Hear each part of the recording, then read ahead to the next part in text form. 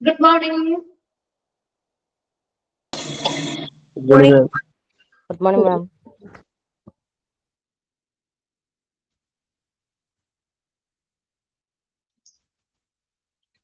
Okay, നമ്മുടെ കഴിഞ്ഞ ക്ലാസ്സില് മെഡിക്കൽ റെക്കോർഡ്സ് അല്ലേ സ്റ്റാർട്ട് ചെയ്തേ?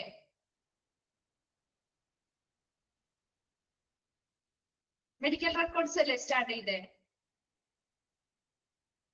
ഓക്കെ, അതില് നമ്മള് ഫസ്റ്റ് ഇൻട്രൊഡക്ഷൻ ഭാഗം പറഞ്ഞിരുന്നു അല്ലെ? Standards for medical record services just ഒന്ന് സ്റ്റാർട്ട് ചെയ്തല്ലേ ഉള്ളൂ. എന്താണ് സ്റ്റാൻഡേർഡ് മാത്രം പറഞ്ഞു വെച്ചു അല്ലെ? ഓക്കെ,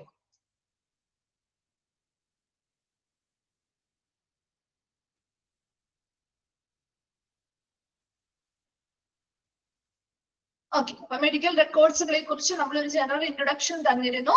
ലീഗൽ റെക്കോർഡ് ആണ്, അതുപോലെ അതുമായി ബന്ധപ്പെട്ട് കുറെ അധികം ലീഗൽ വശങ്ങൾ ഇതുമായി ബന്ധപ്പെട്ടുണ്ട്. അപ്പൊ ഈ ഒരു മെഡിക്കൽ റെക്കോർഡ് ഒരുപാട് പേർക്ക്, പേഷ്യൻസിനാവാം, ഒരു കൺസൾട്ടന്റ് ഡോക്ടർക്കാവാം, അല്ലെങ്കിൽ അവിടുത്തെ ഹോസ്പിറ്റലിനാവാം അല്ലെ, അങ്ങനെ ഒരുപാട് ആളുകൾക്ക് ഫേവറിസം ചെയ്യുന്ന രീതിയിലാണ് ആ ഒരു മെഡിക്കൽ റെക്കോർഡ് നമ്മൾ സെറ്റ് ചെയ്യുക.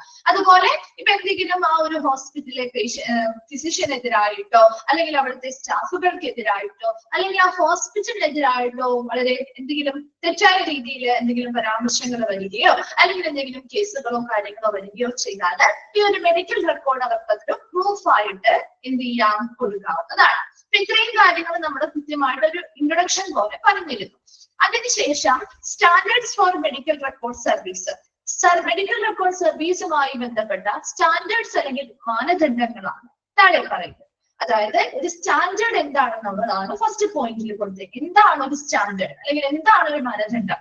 R normally a measure set by an expert authority as the rule for measuring quantity or quality. അപ്പൊ ഏതെങ്കിലും ഒരു സർവീസുകളുടെ ആവാം അല്ലെങ്കിൽ ഏതെങ്കിലും ഒരു പ്രൊഡക്റ്റിന്റെ ആവാം, അതിന്റെ ക്വാണ്ടിറ്റിയെയും ക്വാളിറ്റിയെയും മെഷർ ചെയ്യുന്നതിന് വേണ്ടി നമ്മൾ നിയമപരമായ ഒരു വിദഗ്ധ അതോറിറ്റി തയ്യാറാക്കിയിട്ടുള്ള അല്ലെങ്കിൽ നിശ്ചയിച്ചിട്ടുള്ള ഒരു അളവിനെയാണ് സ്റ്റാൻഡേർഡ് എന്ന് പറയുന്നത്. Standards R normally a measure set by an expert authority as the rule for measuring quantity or quality. ഒരു പ്രൊഡക്റ്റിന്റെ ആവാം അല്ലെങ്കിൽ ഒരു സർവീസിന്റെ ആവാം, അതിന്റെ ക്വാണ്ടിറ്റിയെ അല്ലെങ്കിൽ ക്വാളിറ്റിയെ മെഷർ ചെയ്യാൻ അല്ലെങ്കിൽ അളക്കുന്നതിന് നിയമപരമായി ഒരു വിദഗ്ധ അതോറിറ്റി നിശ്ചയിച്ചിട്ടുള്ള അളവിനെയാണ് സ്റ്റാൻഡേർഡ് എന്ന് പറയുന്നത്. ഇവിടെ ഈ ഒരു സ്റ്റാൻഡേർഡ് പ്രകാരം ഇപ്പൊ ഹോസ്പിറ്റലിലാണെങ്കിൽ ഒരു സർവീസ് നൽകുന്നു, അപ്പൊ ആ ഒരു സർവീസുമായി ബന്ധപ്പെട്ട കുറച്ച് മാനദണ്ഡങ്ങൾ അല്ലെങ്കിൽ സ്റ്റാൻഡേർഡ്സ് ഉണ്ടാവും. ആ പറയുന്ന സ്റ്റാൻഡേർഡ്സ് പ്രകാരമായിരിക്കണം ആ സർവീസുകൾ കൊടുക്കേണ്ടത്. അതിൽ ആ ഒരു സ്റ്റാൻഡേർഡിൽ താഴെ പോവാൻ പാടില്ല. അപ്പൊ അതിനനുസരിച്ചുള്ള സ്റ്റാൻഡേർഡോട് കൂടിയുള്ള സർവീസ് ആകുമ്പോഴാണ് അവിടെ നമുക്ക് നല്ല ക്വാളിറ്റി ഉള്ള സർവീസ് ആണ് എന്ന് പറയാൻ പറ്റുന്നത്. അപ്പൊ ഇവിടെ according with standards is normally A condition of licensing, accreditation or payment of services. ഇവിടെ നമ്മൾ ഈ പറയുന്ന സ്റ്റാൻഡേർഡ്സ് അല്ലെങ്കിൽ ആ ഒരു മാനദണ്ഡങ്ങൾ നമ്മൾ പൊതുവായിട്ട് ഉപയോഗിക്കുന്നത് in of A condition of licensing. ഇപ്പൊ ഒരു സ്ഥാപനത്തിൽ നിന്ന് നമുക്ക് ലൈസൻസുകൾ കിട്ടണമെങ്കിൽ ഇല്ലേ, ഇപ്പൊ നമ്മൾ വീട് പണിയുമ്പോഴോ അല്ലെങ്കിൽ നമ്മുടെ ഒരു വാഹനത്തിന് ലൈസൻസ് കിട്ടണമെങ്കിലോ നമ്മൾ കുറെ അധികം മാനദണ്ഡങ്ങൾ പാലിക്കുമ്പോഴല്ലേ നമുക്ക് ആ ഒരു ലൈസൻസ് കിട്ടുന്നത്. അല്ലെങ്കിൽ അതുപോലെ തന്നെ അക്രഡിറ്റേഷൻ, അംഗീകാരം കിട്ടുമ്പോൾ ഹോസ്പിറ്റൽസിന് ഇപ്പൊ നാവിൽ നിന്നോ അല്ലെങ്കിൽ JCL നിന്നോ ഒക്കെ അക്രഡിറ്റേഷൻ അല്ലെങ്കിൽ അംഗീകാരങ്ങൾ ലഭിക്കാറുണ്ട് അല്ലെ. അക്രഡിറ്റേഷൻ കിട്ടുന്നത് അതൊക്കെ നമ്മൾ എന്താണ് അക്രഡിറ്റേഷൻ ഒക്കെ നമ്മൾ കൂടുതലായിട്ട് പിന്നീട് ഓരോ ചാപ്റ്ററുകളിലും വരുമ്പോൾ പഠിക്കും കേട്ടോ. അപ്പൊ ഈ ഒരു അക്രഡിറ്റേഷൻ അല്ലെങ്കിൽ നാവിൽ നിന്നൊരു അംഗീകാരം ഇവർക്ക് ലഭിക്കണമെങ്കിൽ ഇവർ ഈ പറയുന്ന മാനദണ്ഡങ്ങളാണ് ആ ഒരു കണ്ടീഷൻ ആയിട്ട് വെക്കുന്നത്. ആ ഒരു മാനദണ്ഡങ്ങൾ കൃത്യമായിട്ട്, നാവ് പറയുന്ന മാനദണ്ഡങ്ങൾ കൃത്യമായിട്ട് അവർ പാലിക്കുകയാണെങ്കിൽ അവർക്ക് അതിനനുസരിച്ച് അംഗീകാരം നൽകുകയും ചെയ്യും. അതുപോലെ ലൈസൻസിങ്ങുമായി ബന്ധപ്പെട്ടാവാം, അല്ലെങ്കിൽ ഈ പറയുന്ന അക്രഡിറ്റേഷനുമായി ബന്ധപ്പെട്ടാവാം, അല്ലെങ്കിൽ ഒരു സർവീസിന്റെ പേയ്മെന്റുമായി ബന്ധപ്പെട്ടാവാം. ഇതുമായി ബന്ധപ്പെട്ടൊക്കെ നമ്മളൊരു കണ്ടീഷൻ ആയിട്ട് അല്ലെങ്കിൽ ഒരു വ്യവസ്ഥയായിട്ട് നമുക്ക് ഈ ഒരു സ്റ്റാൻഡേർഡ്സിനെ വെക്കാവുന്നതാണ്. മൂന്നാമത് പറയുന്നത് the hospital must keep medical records that are documented correctly and in a timely manner. എപ്പോഴും ഒരു ഹോസ്പിറ്റൽ ആകുമ്പോൾ ആ ഹോസ്പിറ്റലിലെ മെഡിക്കൽ റെക്കോർഡുകൾ വളരെ കൃത്യമായ മാനദണ്ഡങ്ങൾ പ്രകാരം അതിനനുസരിച്ച് കൃത്യമായിട്ട് വളരെ കൃത്യമായും അതുപോലെ തന്നെ വളരെ സമയബന്ധിതമായും എന്ത് ചെയ്യണം കീപ്പ് ചെയ്യേണ്ടതായിട്ടുണ്ട്. And are perfect and readily available for swift retrieval of information including statistical data. ഈ ഒരു ഇൻഫർമേഷൻസ് നമ്മൾ അവിടെ ഡോക്യുമെന്റ് ചെയ്ത് അല്ലെങ്കിൽ അവിടെ റെക്കോർഡ് ചെയ്ത് വെച്ചാൽ മാത്രം പോലെ അല്ലെ, നമുക്ക് വളരെ കൃത്യമായിരിക്കണം. നമുക്ക് എപ്പോൾ ലഭ്യമാകണമെങ്കിലും വളരെ എളുപ്പത്തിൽ വേഗത്തിൽ ഒരു ആവശ്യം വന്നാൽ നമുക്ക് വേഗത്തിൽ ലഭ്യമാകുന്ന രീതിയിൽ അല്ലെങ്കിൽ വീണ്ടെടുക്കാൻ സാധിക്കുന്ന രീതിയിലായിരിക്കണം ഈ ഇൻഫർമേഷൻസ് എന്ത് ചെയ്യേണ്ടത് സ്റ്റോർ ചെയ്തിരിക്കുന്നത്, ഇൻക്ലൂഡിങ് സ്റ്റാറ്റിസ്റ്റിക്കൽ ഡേറ്റ.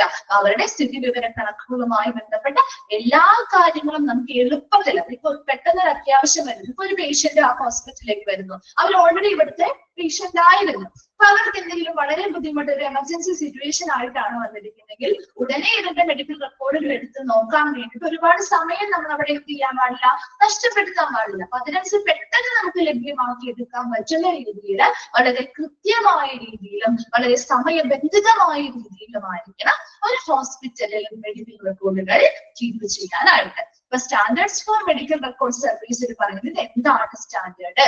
സ്റ്റാൻഡേർഡ് എന്ന് പറഞ്ഞാൽ ഒരു പ്രൊഡക്റ്റിന്റെ അല്ലെങ്കിൽ ഒരു സർവീസിന്റെ ക്വാളിറ്റിയെയോ നമ്മൾ നിയമപരമായി ഇതിനെ അളക്കുന്നത് അല്ലെ, ആ ഒരു ക്വാണ്ടിറ്റി എങ്ങനെയുണ്ട് അല്ലെങ്കിൽ ക്വാളിറ്റി എങ്ങനെയുണ്ട് എന്ന് നമുക്ക് നിയമപരമായി നമുക്കത് നിർണ്ണയിക്കാൻ അല്ലെങ്കിൽ അളക്കാൻ വേണ്ടിയിട്ട് ഒരു വിദഗ്ധ അതോറിറ്റി നിശ്ചയിച്ചിട്ടുള്ള അളവിനെയാണ് സ്റ്റാൻഡേർഡ് എന്ന് പറയുന്നത്. ഈ സ്റ്റാൻഡേർഡ് എന്ന് പറയുന്നത് ഒരു ലൈസൻസ് കൊടുക്കുന്നതിന് വേണ്ടിയോ അല്ലെങ്കിൽ അക്രഡിറ്റേഷൻ കൊടുക്കുന്നതിന് വേണ്ടിയോ അല്ലെങ്കിൽ ഒരു സർവീസുമായി ബന്ധപ്പെട്ട പേയ്മെന്റ് നടത്തുന്നതിന് വേണ്ടിയോ ഒക്കെ ഒരു കണ്ടീഷൻ അല്ലെങ്കിൽ ഒരു വ്യവസ്ഥയായിട്ട് നമുക്ക് ഈ ഒരു സ്റ്റാൻഡേർഡിനെ വെക്കാവുന്നതാണ്.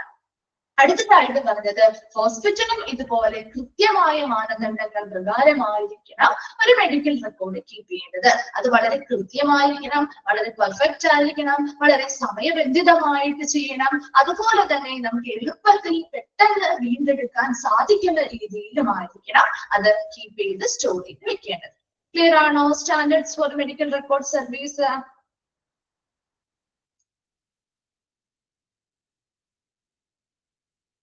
Okay. Then next വരുന്നത് the inpatient medical record must include at least the following. ഒരു ഇൻപേഷ്യന്റിന്റെ മെഡിക്കൽ റെക്കോർഡില് ഇൻപേഷ്യന്റ് ആരാന്നറിയാലോ അല്ലെ, ഇൻപേഷ്യന്റ് ഔട്ട് പേഷ്യന്റ് ഒക്കെ ആരാന്നറിയാലോ. ഇൻപേഷ്യന്റിന്റെ മെഡിക്കൽ റെക്കോർഡുകളിൽ അറ്റ്ലീസ്റ്റ് the following, ഈ പറയുന്ന കുറച്ച് കാര്യങ്ങളെങ്കിലും നിർബന്ധമായിട്ടും ഉൾപ്പെടുത്തിയിരിക്കണം. ഒരു ഇൻപേഷ്യന്റിന്റെ മെഡിക്കൽ റെക്കോർഡിൽ വേണ്ട പ്രധാനപ്പെട്ട കാര്യങ്ങളാണ് പറയുന്നത് കേട്ടോ. അതിലൊന്നാമത്തത് absolute and correct identification data. ഈ ഒരു മെഡിക്കൽ റെക്കോർഡ് ഒരു ഇൻപേഷ്യന്റിന്റെ മെഡിക്കൽ റെക്കോർഡാണ്. അവരുടെ കൃത്യമായിട്ടുള്ള ഒരു സമ്പൂർണമായിട്ടുള്ള ഒരു അതുപോലെ തന്നെ ശരിയായതുമായിട്ടുള്ള ഒരു തിരിച്ചറിയൽ രേഖ അതിനുണ്ടായിരിക്കണം. എന്ന് വെച്ചാൽ എന്തായിരിക്കും ഒരു തിരിച്ചറിയൽ രേഖ എന്നതുകൊണ്ട് ഉദ്ദേശിക്കുന്നത്? ഐഡന്റിഫിക്കേഷൻ ഡേറ്റ അല്ലെ. അപ്പൊ ആ ഒരു ഐഡന്റിഫിക്കേഷന് വേണ്ടിയിട്ട് നമുക്ക് ആ ഒരു റെക്കോർഡിൽ അവരുടെ പേഴ്സണൽ ഇൻഫർമേഷൻസ് ഒക്കെ ആയിരിക്കും ഇല്ലേ. പേഴ്സണൽ ആയിട്ടുള്ള അവരുടെ എന്തൊക്കെ പേഴ്സണൽ ഇൻഫർമേഷൻസ് വെക്കാം, അവരുടെ പേര് വെക്കാം, അഡ്രസ് വെക്കാം അല്ലെ, ഡേറ്റ് ഓഫ് ബർത്ത് വെക്കാം, അല്ലെങ്കിൽ ഇയർ വെക്കാം, എത്ര വർഷമായി ഏജ് വെക്കാം അല്ലെ, അതുപോലെ ഫോൺ നമ്പർ വെക്കാം, കോണ്ടാക്ട് നമ്പേഴ്സ്, അവരുടെ ഗാർഡിയന്റെ പേരോ അവരുടെ ഫോൺ നമ്പേഴ്സോ. ഇങ്ങനെ ആ ഒരു മെഡിക്കൽ റെക്കോർഡ് എടുക്കുമ്പോൾ ഇത് ഇന്ന വ്യക്തിയുടെ മെഡിക്കൽ റെക്കോർഡാണ് എന്ന് നമുക്ക് മനസ്സിലാവുന്ന രീതിയിൽ സമ്പൂർണമായിട്ടുള്ള ഒരു കംപ്ലീറ്റ് ആയിട്ടുള്ള ഒരു ഐഡന്റിഫിക്കേഷൻ ഡേറ്റാസ് അതിനുള്ളിൽ ഉണ്ടായിരിക്കണം. ക്ലിയർ ആണോ? ഒന്നാമത്തെ പോയിന്റ് മനസ്സിലായോ? അപ്പൊ ആ ഒരു മെഡിക്കൽ റെക്കോർഡ് എടുക്കുമ്പോൾ ഇന്ന പേഷ്യന്റിന്റെ അല്ലെങ്കിൽ ഇന്ന വ്യക്തിയുടെയാണ് ഇതെന്ന് മനസ്സിലാകണം. അതാണ് ഒന്നാമത്തത്. രണ്ടാമത്തത് a detailed medical history completed within the first 24 hours of admission to inpatient services. അതായത് ഈ ഒരു പേഷ്യന്റ് ഇൻപേഷ്യന്റ് സർവീസിലേക്ക് പ്രവേശിച്ചു. അതായത് അതൊരു ഇൻപേഷ്യന്റിന്റെ കാര്യമല്ലേ നമ്മൾ പറയുന്നത്. അവർ ചിലപ്പോൾ ഔട്ട് പേഷ്യന്റ് ആയിരുന്നിരിക്കാം, അതിനുശേഷമായിരിക്കാം ചിലപ്പോൾ ഇൻപേഷ്യന്റ് ആയത്, എങ്ങനെയോ ആയിക്കോട്ടെ. അവർ ആ ഒരു ഇൻപേഷ്യന്റ് സർവീസിലേക്ക് അഡ്മിഷൻ എടുത്തതിന് ശേഷമുള്ള ആദ്യത്തെ 24 മണിക്കൂറിനുള്ളിൽ അവരുടെ പൂർണ്ണമായിട്ടുള്ള ഒരു മെഡിക്കൽ ഹിസ്റ്ററി, ഡീറ്റെയിൽഡ് ആയിട്ടുള്ള ഒരു മെഡിക്കൽ ഹിസ്റ്ററി പൂർത്തിയാക്കിയിരിക്കണം എന്നാ പറയുന്നത്. അപ്പൊ ആ ഒരു ഇൻപേഷ്യന്റ് സർവീസിലേക്ക് ആ ഒരു പേഷ്യന്റ് വന്നു, അഡ്മിഷൻ എടുത്തു. ആദ്യത്തെ 24 മണിക്കൂറിനുള്ളിൽ അവരുമായി ബന്ധപ്പെട്ട അല്ലെങ്കിൽ ആ ഒരു പേഷ്യന്റുമായി ബന്ധപ്പെട്ട പൂർണ്ണമായിട്ടുള്ള മെഡിക്കൽ ഹിസ്റ്ററിയുമായി ബന്ധപ്പെട്ട എല്ലാ ഡീറ്റെയിൽസും ഈ ഒരു മെഡിക്കൽ റെക്കോർഡിൽ ഉൾപ്പെടുത്തിയിരിക്കണം. ക്ലിയർ ആണോ?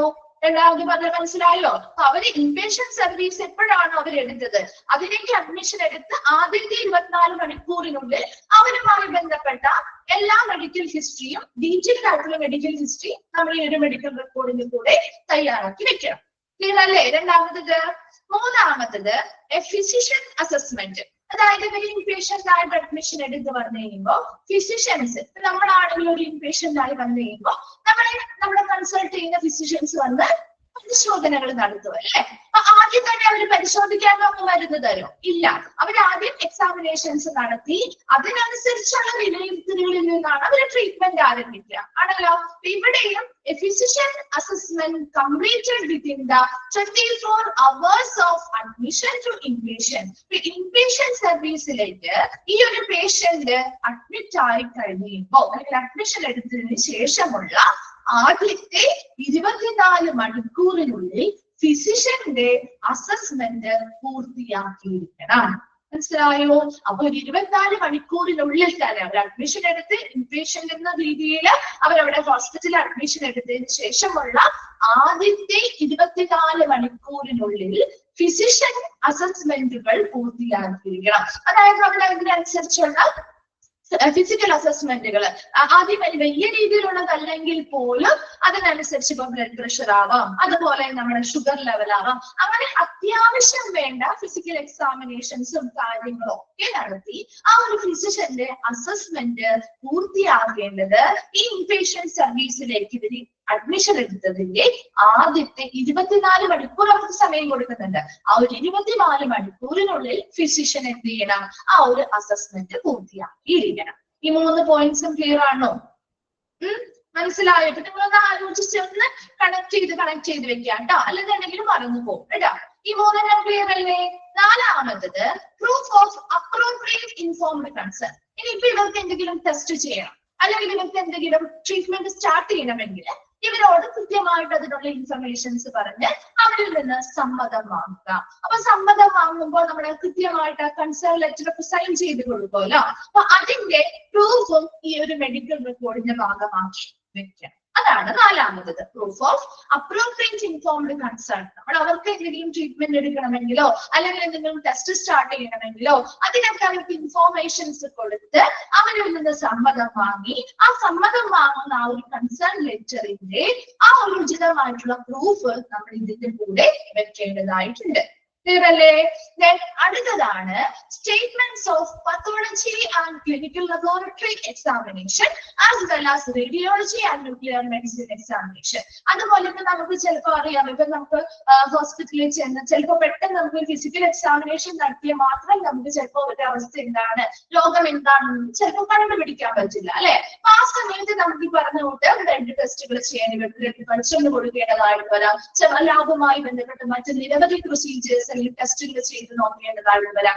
ഇനി അതല്ല എങ്കില് 5th പോയിന്റ് ഓക്കെ പറയാം കേട്ടോ. ഇതൊന്ന് പറഞ്ഞിട്ട് മിസ് പറഞ്ഞുതരാം കേട്ടോ. അപ്പൊ നോക്കി, റേഡിയോളജിയുമായി ബന്ധപ്പെട്ട് ഇപ്പൊ നമ്മുടെ എക്സ്റേയോ അല്ലെങ്കിൽ ഇപ്പൊ നമുക്ക് എന്തെങ്കിലും CT യോ MRI യോ ഇങ്ങനെയൊക്കെ എന്തെങ്കിലും മെഡിക്കൽ എക്സാമിനേഷൻസ് ഒക്കെ നടത്തി വന്നിട്ടുണ്ടെങ്കിൽ അതുമായി ബന്ധപ്പെട്ട സ്റ്റേറ്റ്മെന്റുകൾ ഇതിനോടൊപ്പം എന്ത് ചെയ്യണം? അറ്റാച്ച് ചെയ്ത് വെക്കണം.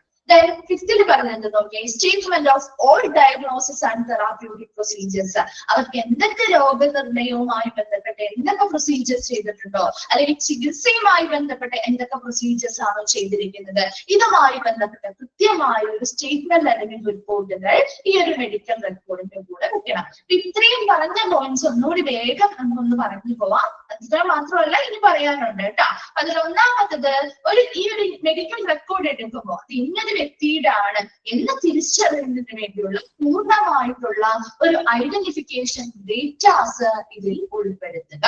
രണ്ടാമത്തത് ഒരു ഡീറ്റെയിൽഡ് ആയിട്ടുള്ള ഒരു മെഡിക്കൽ ഹിസ്റ്ററി എപ്പോഴാണ് കംപ്ലീറ്റ് ചെയ്യേണ്ടത്? ഇൻപേഷ്യന്റ് സർവീസിലേക്ക് ഇവർ അഡ്മിഷൻ എടുത്തതിന്റെ ആദ്യത്തെ 24 മണിക്കൂറിനുള്ളിൽ ഇവരുമായി ബന്ധപ്പെട്ട ഒരു സമ്പൂർണമായിട്ടുള്ള ഒരു മെഡിക്കൽ ഹിസ്റ്ററി നമ്മൾ പൂർത്തിയാക്കിയിരിക്കണം. മൂന്നാമത് പറയുന്നത് ഒരു ഫിസിഷ്യന്റെ അസസ്മെന്റ് ആണ്. അതായത് ഇവർ ഇൻപേഷ്യന്റ് സർവീസിലേക്ക് അഡ്മിഷൻ എടുത്തു, അതും ആദ്യത്തെ 24 മണിക്കൂർ തന്നെയാണ് കണ്ടീഷൻ പറയുന്നത്. ആ ഒരു ആദ്യത്തെ 24 മണിക്കൂറിനുള്ളിൽ ഫിസിഷ്യൻസുമായി ബന്ധപ്പെട്ട് കൃത്യമായിട്ടുള്ള അസസ്മെന്റ് അല്ലെങ്കിൽ വിലയിരുത്തൽ അവർ പൂർത്തിയാക്കിയിരിക്കണം. അതുപോലെ തന്നെ അവരോട് ഇൻഫർമേഷൻസ് കൊടുത്ത് അവരിൽ നിന്ന് എന്തെങ്കിലും സമ്മതം വാങ്ങി എന്തെങ്കിലും ടെസ്റ്റുകളോ ട്രീറ്റ്മെന്റുകളോ സ്റ്റാർട്ട് ചെയ്യണമെങ്കിൽ അതുമായി ബന്ധപ്പെട്ട കൃത്യമായിട്ടുള്ള ആ ഒരു കൺസേൺ ലെറ്ററുമായി ബന്ധപ്പെട്ട പ്രൂഫുകൾ ഇതിനോടകം വെക്കണം. അടുത്തത് പറയുന്നത് ഈ പറയുന്ന പേഷ്യന്റിന് എന്തെങ്കിലും രോഗനിർണയപരമായിട്ടോ അല്ലെങ്കിൽ ചികിത്സാപരമായിട്ടോ എന്തെങ്കിലും പ്രൊസീജിയേഴ്സ് സ്റ്റാർട്ട് ചെയ്തിട്ടുണ്ട് അല്ലെങ്കിൽ ചെയ്തുകൊണ്ടിരിക്കുകയാണെങ്കിൽ അതുമായി ബന്ധപ്പെട്ട സ്റ്റേറ്റ്മെന്റ് അല്ലെങ്കിൽ റിപ്പോർട്ടുകൾ ഇതുമൂലമൊക്കെ എന്ത് ചെയ്യണം? ഈ ഒരു മെഡിക്കൽ റെക്കോർഡിന്റെ ഭാഗമാക്കണം. ലാസ്റ്റ് പറയുന്നത് ഇവർക്ക് ലാബുമായി ബന്ധപ്പെട്ടോ ലബോറട്ടറീസുമായി ബന്ധപ്പെട്ട് ടെസ്റ്റുകൾ ചെയ്യാനുണ്ടാവും. അല്ലെങ്കിൽ ഇപ്പൊ റേഡിയോളജിയുമായി ബന്ധപ്പെട്ട് ചിലപ്പോൾ എക്സ്റേയോ അതുപോലെ CTയോ MRIയോ മുതലായിട്ടുള്ള മെഡിക്കൽ എക്സാമിനേഷൻസ് കാര്യങ്ങൾ ചെയ്തിട്ടുണ്ടെങ്കിൽ അതിന്റെ സ്റ്റേറ്റ്മെന്റ് അല്ലെങ്കിൽ റിപ്പോർട്ടുകളും ഇതിനോടൊപ്പം വെക്കണം. ക്ലിയർ ആണോ? ഇത്രയും പോയിന്റ്സ് ഓക്കെ ആണോ?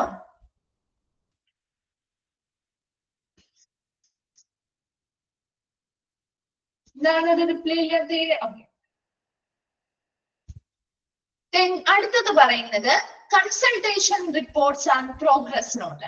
ഇവിടെ കൺസൾട്ടേഷനുമായി ബന്ധപ്പെട്ട് ഡോക്ടർ കൺസൾട്ട് ചെയ്യും, അതുമായി ബന്ധപ്പെട്ട് കൃത്യമായിട്ട് ഇപ്പൊ ഓരോ പ്രാവശ്യം അവർ കൺസൾട്ടേഷൻ വരുമ്പോൾ അതുമായി ബന്ധപ്പെട്ട് അവർക്ക് മനസ്സിലാവുന്ന കൃത്യമായിട്ടുള്ള കാര്യങ്ങൾ പരാമർശിച്ചുകൊണ്ടുള്ള റിപ്പോർട്ടുകൾ ഇതിനോടൊപ്പം വെക്കണം. അതുപോലെ പ്രോഗ്രസ് നോട്ടുകൾ. ഇപ്പൊ ആദ്യം നമുക്ക് വന്നപ്പോ ആ ഒരു പേഷ്യന്റിന് ഉണ്ടായ ഒരു അവസ്ഥയായിരിക്കില്ല നമ്മൾ ട്രീറ്റ്മെന്റ് ഒക്കെ കൊടുക്കുമ്പോൾ ഉണ്ടാവുന്നത് അല്ലെ. അവരുടെ ആ ഒരു കണ്ടീഷനിൽ പുരോഗതികൾ ഉണ്ടാവും.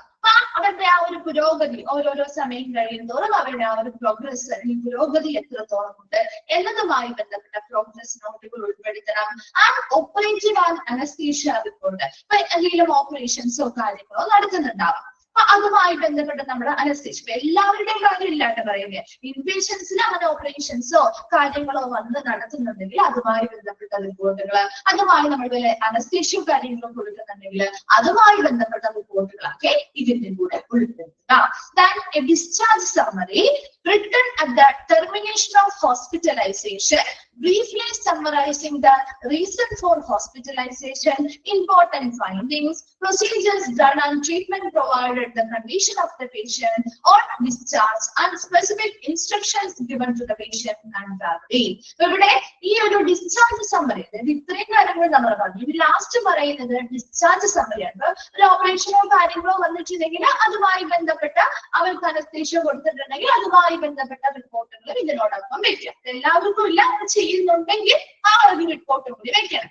ഇനി ലാസ്റ്റ് വരുന്നത് ഒരു ഡിസ്ചാർജ് സമ്മറിയാണ്. അതായത് ഇവര് എന്താണ് ഹോസ്പിറ്റലിൽ നിന്ന് പോവാണ് അല്ലെ. ആ ഒരു ഹോസ്പിറ്റലിലെ അവരുടെ ആ ഒരു സ്റ്റേ അവസാനിപ്പിച്ച് അവർ ആ ഹോസ്പിറ്റലിൽ നിന്ന് പോകുന്നതിന് മുമ്പായിട്ട് ബ്രീഫ്ലി എന്ത് ചെയ്യുന്ന ഒരു ഡിസ്ചാർജ് സമ്മറിയില് അവരുമായി ബന്ധപ്പെട്ട കാര്യങ്ങൾ വളരെ ചുരുക്കി എഴുതും. അതായത് ആദ്യം മുതൽ എഴുതും. അതായത് അവരെന്തിനു വേണ്ടിയാണോ എന്ത് കാരണം കൊണ്ടാണ് ആ ഹോസ്പിറ്റലൈസേഷന് വേണ്ടി അല്ലെങ്കിൽ ആ ഒരു ഹോസ്പിറ്റലിൽ പ്രവേശിച്ചത്. ഇനി അവരുമായി ബന്ധപ്പെട്ട് നമ്മൾ പല ടെസ്റ്റുകളും കാര്യങ്ങളും ചെയ്തതിൽ നിന്നും നമ്മൾ കണ്ടെത്തിയിട്ടുള്ള ഫൈൻഡിങ്സ് എന്താണ്, അതുപോലെ തന്നെ എന്തൊക്കെ പ്രൊസീജിയേഴ്സ് നമ്മൾ അവർക്ക് കൊടുത്തു, എന്തൊക്കെ ട്രീറ്റ്മെന്റുകൾ നമ്മൾ അവർക്ക് കൊടുത്തു, അതുപോലെ ആ ഒരു പേഷ്യന്റിന്റെ നിലവിലെ കണ്ടീഷൻ ഡിസ്ചാർജ് ചെയ്ത് പോകുമ്പോഴുള്ള കണ്ടീഷൻ എങ്ങനെയാണ്, അതുപോലെ എന്തെങ്കിലും സ്പെസിഫിക് ഇൻസ്ട്രക്ഷൻസ് ഇപ്പൊ ചിലരോട് പറയാറുണ്ട് അല്ലെ. ഇപ്പൊ ഫോളോ അപ്പിന് ഇന്ന ദിവസം വരണം, അതുപോലെ ഡയറ്റുകൾ അല്ലെങ്കിൽ ഇന്ന കാര്യങ്ങൾ ഫിസിയോതെറാപ്പി അല്ലെങ്കിൽ ഇന്ന എക്സസൈസ് ഫോളോ ചെയ്യണം എന്നൊക്കെ ആ ഹോസ്പിറ്റലുകാർ പറഞ്ഞു തരാറില്ലേ. അപ്പൊ അങ്ങനെ സ്പെസിഫിക് ഇൻസ്ട്രക്ഷൻസ് എന്തെങ്കിലും ആ പേഷ്യന്റിനോ ഫാമിലിക്കോ ഈ ഹോസ്പിറ്റലിൽ നിന്നുള്ള ആളുകൾ കൊടുക്കുന്നുണ്ടെങ്കിൽ അതും എല്ലാം വളരെ ചുരുക്കി നമ്മൾ ഈ ഒരു ഡിസ്ചാർജ് സമ്മറിയിൽ എന്ത് ചെയ്യും, ഉൾപ്പെടുത്തും. So the medical record should be confidentially guaranteed, presently authenticated, legible and complete. ഈ മെഡിക്കൽ റെക്കോർഡ് എപ്പോഴും എങ്ങനെയായിരിക്കണം? വളരെ രഹസ്യ സ്വഭാവമുള്ളതായിരിക്കണം, അല്ലെ? ഒരിക്കലും ഇത് മറ്റുള്ള ആളുകൾക്ക് പരസ്യമാക്കാനുള്ളതല്ല. നമുക്ക് ആ ഹോസ്പിറ്റലിൽ വളരെ രഹസ്യമായ ഓരോ പേഷ്യന്റിന്റെയും റെക്കോർഡുകളായിട്ട് സ്റ്റോർ ചെയ്ത് വെക്കാനുള്ളതാണ്. അതുപോലെ തന്നെ വളരെ എന്താണ് ആധികാരികതയുള്ളതായിരിക്കണം, വളരെ കംപ്ലീറ്റ് ആയിരിക്കണം, പൂർണ്ണമായിരിക്കണം ഈ ഒരു മെഡിക്കൽ റെക്കോർഡ് എന്ന് പറഞ്ഞാൽ. അതുപോലെ തന്നെ നമുക്ക് വളരെ വ്യക്തവും പൂർണ്ണവുമായിട്ടുള്ള ഒരു മെഡിക്കൽ റെക്കോർഡ് ആയിരിക്കണം നമ്മൾ ഓരോ ഹോസ്പിറ്റലും ഓരോ പേഷ്യൻസിനും കീപ്പ് ചെയ്യുന്നത്. ഒരു ഹോസ്പിറ്റലിൽ ഒരു ഇൻപേഷ്യന്റ് ആയിട്ട് നിൽക്കുമ്പോൾ ആ ഇൻപേഷ്യന്റിന്റെ മെഡിക്കൽ റെക്കോർഡിൽ അറ്റ്ലീസ്റ്റ് ഇത്രയെങ്കിലും കാര്യങ്ങൾ ഉൾപ്പെടുത്തിയിരിക്കണം. അതിൽ ഓൾറെഡി നമ്മൾ കുറച്ച് പോയിന്റ്സ് പറഞ്ഞിരുന്നു. ലാസ്റ്റ് പറഞ്ഞ 3 പോയിന്റ്സ് ഒന്നുകൂടി മിസ് പറയാം. ഒരു കൺസൾട്ടേഷനുമായി ബന്ധപ്പെട്ട് കൃത്യമായ റെക്കോർഡുകൾ കീപ്പ് ചെയ്യണം. അതുപോലെ അവരുടെ പ്രോഗ്രസ് നോട്ടുകൾ, ഓരോരോ ട്രീറ്റ്മെന്റുകളും കാര്യങ്ങളും കൊടുക്കുമ്പോൾ അവർക്കുണ്ടാകുന്ന പുരോഗതി എത്രത്തോളം ഉണ്ട് അതിന്റെ നോട്ട്സ്, പ്രോഗ്രസ് നോട്ടുകൾ കൃത്യമായിട്ട് കീപ്പ് ചെയ്യണം. ഇനി എന്തെങ്കിലും ഓപ്പറേഷൻസോ കാര്യങ്ങളോ നമ്മൾ ചെയ്യുന്നുണ്ടെങ്കിൽ അതുമായി ബന്ധപ്പെട്ട റിപ്പോർട്ടുകളോ, അവർക്ക് അനസ്തേഷ്യ കൊടുക്കുന്നുണ്ടെങ്കിൽ അതുമായി ബന്ധപ്പെട്ട റിപ്പോർട്ടുകൾ ഇതിനോടൊപ്പം എന്ത് ചെയ്യണം? അറ്റാച്ച് ചെയ്ത് വെക്കണം. ലാസ്റ്റ് ഇനിയിപ്പോ നമ്മൾ ആ ഒരു ഹോസ്പിറ്റൽ വാസം അവസാനിപ്പിച്ച് പോവാൻ റെഡി ആവുകയാണെങ്കിൽ അതിന് മുൻപായിട്ട് കൃത്യമായിട്ട് ഒരു ബ്രീഫായിട്ട് ചുരുക്കി അവരുടെ ഒരു ഡിസ്ചാർജ് സമ്മറി നമ്മൾ തയ്യാറാക്കും. ആ ഹോസ്പിറ്റലിൽ എന്ത് കാരണത്താലാണ് ആ ഹോസ്പിറ്റലിലേക്ക് അവർ വന്നത്, ആ വന്ന സമയത്ത് അവരുടെ കണ്ടീഷൻ എങ്ങനെയായിരുന്നു, അവർക്ക് എന്തൊക്കെ എന്താണ് എക്സാമിനേഷൻസ്, പരിശോധനകളാണ് നമ്മൾ നടത്തിയത്, അതിൽ നിന്ന് നമ്മൾ കണ്ടെത്തിയിട്ടുള്ള ഫൈൻഡിങ്സ് എന്തൊക്കെയാണ്, എന്തൊക്കെ പ്രൊസീജിയേഴ്സ് നമ്മൾ അവർക്ക് കൊടുത്തു, എന്തൊക്കെ ട്രീറ്റ്മെന്റുകൾ നമ്മൾ അവർക്ക് കൊടുത്തു, ഇനി ആ പോകുന്ന സമയത്ത് ആ ഒരു പേഷ്യന്റിന്റെ കണ്ടീഷൻ എങ്ങനെയാണ്, ഇനി അവർക്ക് പോയി കഴിഞ്ഞാൽ അവർ ചിലപ്പോൾ എന്തെങ്കിലും കാര്യങ്ങളൊക്കെ കണ്ടിന്യൂസ് ആയിട്ട് ഫോളോ ചെയ്യേണ്ടതാണ്. ചില മരുന്നുകൾ കണ്ടിന്യൂസ് കഴിക്കേണ്ടതായിട്ട് വരാം, ചില എക്സസൈസുകൾ ചെയ്യേണ്ടതായിട്ട് വരാം, ചില ഡയറ്റുകൾ ഫോളോ ചെയ്യേണ്ടതായിട്ട് വരാം. അങ്ങനെയുള്ള കാര്യങ്ങൾക്ക് സ്പെഷ്യൽ ഇൻസ്ട്രക്ഷൻസ് അവരുടെ പേഷ്യൻസിനോ ഫാമിലിക്കോ കൊടുക്കുന്നുണ്ടെങ്കിൽ അതും ഉൾപ്പെടുത്തിയ ഒരു ചുരുക്കിയ ഒരു നോട്ടാണ് ശരിക്കും ഡിസ്ചാർജ് സമ്മറി എന്ന് പറയുന്നത്. എപ്പോഴും ഒരു മെഡിക്കൽ റെക്കോർഡ് എന്ന് പറയുന്നത് വളരെ കംപ്ലീറ്റ് ആയിരിക്കണം. അതുപോലെ തന്നെ വളരെ സ്വീകാര്യവും നമുക്ക് വളരെ ആധികാരികതയും തോന്നുന്ന രീതിയിൽ വളരെ രഹസ്യ സ്വഭാവമുള്ള ഒരു ഒന്നായിരിക്കണം ഒരു മെഡിക്കൽ റെക്കോർഡ് എന്ന് പറയുന്നത്. ക്ലിയർ ആണോ? മനസ്സിലായോ? ഇത് ഇൻക്ലൂഡഡ് ആയത് ഏത്, ഇൻക്ലൂഡഡ് അല്ലാത്തത് ഏത് എന്ന് ചോദിക്കാം കേട്ടോ. അതുപോലെ തന്നെ ആ 2 എണ്ണം, അതായത് ഒരു ഡീറ്റെയിൽ മെഡിക്കൽ ഹിസ്റ്ററി എപ്പോഴാണ്, എത്ര സമയത്തിനുള്ളിലാണ് ഒരു ഇൻപേഷ്യന്റ് സർവീസിലേക്ക് അഡ്മിഷൻ എടുത്താൽ പൂർത്തിയാക്കേണ്ടത്, 24 hours ആണ്. അതുപോലെ ഒരു ഫിസിഷ്യന്റെ അസസ്മെന്റ് എത്ര സമയത്തിനുള്ളിലാണ് ഒരു ഇൻപേഷ്യന്റ് സർവീസിലേക്ക് അഡ്മിഷൻ എടുത്താൽ പൂർത്തിയാക്കേണ്ടത്. അത് രണ്ടും ചോദിച്ച് കണ്ടിട്ടുള്ള ക്വസ്റ്റ്യൻ ആണ് കേട്ടോ. അത് നോട്ട് ചെയ്ത് വെച്ചേക്കണേ. 24 hours കേട്ടോ. ഓക്കെ. അതുപോലെ ഒരു ഡിസ്ചാർജ് സമ്മറിയിൽ എന്തൊക്കെ കാര്യങ്ങൾ ഉണ്ടായിരിക്കും അത് ചോദിക്കാറുണ്ട് കേട്ടോ. സമ്മറൈസ് റീസൺ ഫോർ ഹോസ്പിറ്റലൈസേഷൻ ഉണ്ടാവും, ഇമ്പോർട്ടന്റ് ഫൈൻഡിങ്സുകൾ ഉണ്ടാവും, എന്തൊക്കെ procedures done and treatment provided ഉണ്ടാവും, അതുപോലെ condition of the patient, discharge ചെയ്യുന്ന സമയത്ത് പേഷ്യന്റിന്റെ കണ്ടീഷൻ, അങ്ങനെയുള്ള കാര്യങ്ങൾ ഇൻക്ലൂഡഡ് ആയത് ഡിസ്ചാർജ് സമ്മറിയിൽ ഉൾപ്പെടുന്നവയത്, ഉൾപ്പെടാത്തത് അതൊക്കെ ചോദിക്കാറുണ്ട് കേട്ടോ. ക്ലിയർ അല്ലേ? നെക്സ്റ്റ് ഭാഗത്തേക്ക് പോവാം. ഓക്കെ. അടുത്തത് മെഡിക്കൽ റെക്കോർഡ് പോളിസി. അപ്പൊ മെഡിക്കൽ റെക്കോർഡുമായി ബന്ധപ്പെട്ട കുറച്ച് പോളിസികൾ അല്ലെങ്കിൽ നയങ്ങളുണ്ട്. ഇതൊക്കെ നമുക്ക് എളുപ്പമുള്ള കാര്യമാണ്, നിങ്ങൾ വായിക്കുമ്പോൾ തന്നെ പെട്ടെന്ന് മനസ്സിലാവുന്ന കാര്യങ്ങളാണ്. ഓക്കെ. ഫസ്റ്റ് വണ്ണാണ് രജിസ്ട്രേഷൻ സംവിധാനവുമായി ബന്ധപ്പെട്ട്, ഈ രജിസ്ട്രേഷൻ സിസ്റ്റവുമായി ബന്ധപ്പെട്ട് a central registration system with 24 hours service should preferably be kept for all outpatients and inpatients. And each patient will have 1 unit record and 1 permanent number used for all episode of care. ഇവിടെ registration സിസ്റ്റവുമായി ബന്ധപ്പെട്ട് പാലിക്കേണ്ട കുറച്ച് പോളിസികളാണ്. ഒന്നാമത് പറയുന്നത് ഒരു central registration system, അതായത് ഇപ്പൊ ഒരു ഇൻപേഷ്യന്റിന് വേണ്ടിയാവാം അല്ലെങ്കിൽ ഒരു ഔട്ട് പേഷ്യന്റോ ആയിക്കോട്ടെ, അവർക്ക് വേണ്ടിയിട്ട് ഏത് സമയവും പ്രവർത്തിക്കുന്ന അല്ലെ ഒരു 24 hours സർവീസിൽ ഓടുന്ന ഒരു സെൻട്രൽ രജിസ്ട്രേഷൻ സംവിധാനം ആ ഒരു ഹോസ്പിറ്റലിൽ വേണം. ഇല്ലേ? നമ്മളിപ്പോ ഒരു രാത്രി ചെന്നാലും അല്ലെങ്കിൽ പകല് ചെന്നാലും എപ്പോഴും നമുക്ക് ആ ഒരു രജിസ്ട്രേഷൻ ചെയ്തിട്ടല്ലേ രാത്രി പ്രൊസീജിയേഴ്സ് ചെയ്യാം, അല്ലെ? അല്ലെങ്കിൽ ഇപ്പൊ നൈറ്റ് വരെ ഇവിടെ രജിസ്ട്രേഷൻ സൗകര്യം ഇല്ല എന്ന് പറയാറുണ്ടോ? ഇല്ല അല്ലെ? എപ്പോഴും നമുക്ക് ഒരു 24 hours സർവീസ് ആണ്. ഒരു സെൻട്രൽ ഇൻപേഷ്യൻസിനും ഔട്ട് പേഷ്യൻസിനും വേണ്ടി ഒരു 24 hours പ്രവർത്തിക്കുന്ന ഒരു സെൻട്രൽ രജിസ്ട്രേഷൻ സംവിധാനം ആ ഒരു ഹോസ്പിറ്റലിൽ ഉണ്ടായിരിക്കണം. ക്ലിയർ ആണല്ലോ? അതുപോലെ തന്നെ നമ്മൾ അവിടെ രജിസ്റ്റർ ചെയ്യുമ്പോൾ ഓരോ പേഷ്യൻസിനും ഒരു യൂണിറ്റ് നമ്പർ കിട്ടും, ഒരു പെർമനന്റ് നമ്പറോ അതുപോലെ തന്നെ ഒരു യൂണിറ്റ് റെക്കോർഡും അവിടെ എന്ത് ചെയ്യുന്നു, ക്രിയേറ്റ് ചെയ്യുകയാണ് ചെയ്യുന്നത് അല്ലെ? അപ്പൊ നമുക്കൊരു പെർമനന്റ് നമ്പർ കിട്ടാറില്ലേ? ഒരു പെർമനന്റ് നമ്പർ കിട്ടില്ലേ? നമ്മൾ പിന്നീട് എപ്പോ നമ്മൾ ആ ഒരു ഹോസ്പിറ്റലിലെ കൺസൾട്ടേഷന് വേണ്ടിയിട്ടാണെങ്കിലും ഇതേ നമ്പർ ഉപയോഗിച്ചാണ് നമ്മൾ ആ ഒരു നമ്മുടെ മെഡിക്കൽ റെക്കോർഡുകൾ എടുക്കുന്നത് അല്ലെ? അപ്പൊ ആ ഒരു പെർമനന്റ് നമ്പർ ഉണ്ടാവും. അതുപോലെ തന്നെ നമുക്കൊരു യൂണിറ്റ് റെക്കോർഡ്, ഒരൊറ്റ സിംഗിൾ റെക്കോർഡ് അവിടെ ക്രിയേറ്റ് ചെയ്യും. അപ്പൊ ഇത് പഠിച്ചു കഴിഞ്ഞാൽ നമ്മൾ പിന്നീട് നമ്മൾ പലതരത്തിലുള്ള റെക്കോർഡുകളെ കുറിച്ച് പഠിക്കുന്നുണ്ട്. ഇപ്പൊ പല ടൈപ്പ്, ഇപ്പൊ ഒരു യൂണിറ്റ് റെക്കോർഡ് ഒരു പെർമനന്റ് നമ്പറും എന്ന രീതിയിലുണ്ടാവും, മൾട്ടിപ്പിൾ റെക്കോർഡ്സ് എന്ന രീതിയിലുണ്ടാവും. അപ്പൊ അങ്ങനെയൊക്കെ കൺഫ്യൂഷൻസ് വരാട്ടെ അവിടെ എത്തുമ്പോ. അപ്പൊ ഇവിടെ നമ്മൾ ഉപയോഗിക്കേണ്ട, അല്ലെങ്കിൽ നമ്മൾ കോമൺ ആയിട്ട് നമ്മൾ എല്ലാ ഹോസ്പിറ്റലിലും മറ്റു രീതിയിൽ ചെല്ലുമ്പോൾ നമുക്ക് ഒരുപാട് കൺഫ്യൂഷൻസും ചിലപ്പോൾ ചില എന്താണ് ഫയലുകൾ കാര്യങ്ങളൊക്കെ മിസ്സായി പോകാനൊക്കെ വളരെ ചാൻസുകൾ കൂടുതലായതുകൊണ്ട് എപ്പോഴും ഏതൊരു എപ്പിസോഡ് ഓഫ് കെയർ ഇപ്പൊ നമ്മൾ ഒരു പ്രാവശ്യം ഇപ്പൊ വന്നു, അടുത്ത പ്രാവശ്യം ചിലപ്പോൾ ഒരു മാസം കഴിഞ്ഞായിരിക്കും നമ്മൾ വരുന്നത്, അല്ലെങ്കിൽ 2 ആഴ്ച കഴിഞ്ഞായിരിക്കാം വരുന്നത്. അപ്പോൾ എല്ലാം നമ്മൾ എപ്പോഴും ഈ ഒറ്റ മെഡിക്കൽ റെക്കോർഡ് അതുപോലെ തന്നെ ഒറ്റ പെർമനന്റ് നമ്പർ ആയിരിക്കും നമുക്ക് തരിക. അതിനെ ബേസ് ചെയ്ത് തന്നെ ആയിരിക്കും അതുമായി ബന്ധപ്പെട്ട എല്ലാ നമ്മളിപ്പോ ഒരു പ്രാവശ്യം കാണിക്കുമ്പോൾ നമുക്ക് വേണ്ടിയിട്ടുള്ള കൃത്യമായിട്ടുള്ള റിപ്പോർട്ട് കാര്യങ്ങളൊക്കെ ആ ഒരു മെഡിക്കൽ റെക്കോർഡിനുള്ളിൽ വെക്കും. അടുത്ത തവണ നമ്മൾ കാണിക്കുമ്പോൾ അതും ഇതിനോടൊപ്പം തന്നെ നമ്മൾ ഇതിനുള്ളിൽ ഉൾപ്പെടുത്തി വരും. അല്ലാതെ അടുത്ത പ്രാവശ്യം വരുമ്പോൾ നമ്മൾ പുതിയൊരു റെക്കോർഡും പുതിയൊരു നമ്പറും അല്ലാതെ വരുന്നത്. അപ്പൊ അങ്ങനെ ഇപ്പൊ കോമൺ ആയിട്ട് എല്ലാ ഹോസ്പിറ്റലുകളിലും ഫോളോ ചെയ്യുന്നത് ഇങ്ങനെയാണ്. ഒരു പെർമനന്റ് നമ്പറും ഒരു യൂണിറ്റ് റെക്കോർഡും ആയിരിക്കും. ഓരോ പേഷ്യൻസിനും എത്ര തവണ നമ്മൾ അവിടെ വിസിറ്റ് ചെയ്താലും ഇതേ പെർമനന്റ് നമ്പറും പെർമനന്റ് യൂണിറ്റ് റെക്കോർഡും തന്നെയായിരിക്കും നമ്മൾ അതിലൂടെ ആയിരിക്കും ഫോളോ ചെയ്യുക. ക്ലിയർ ആണല്ലോ?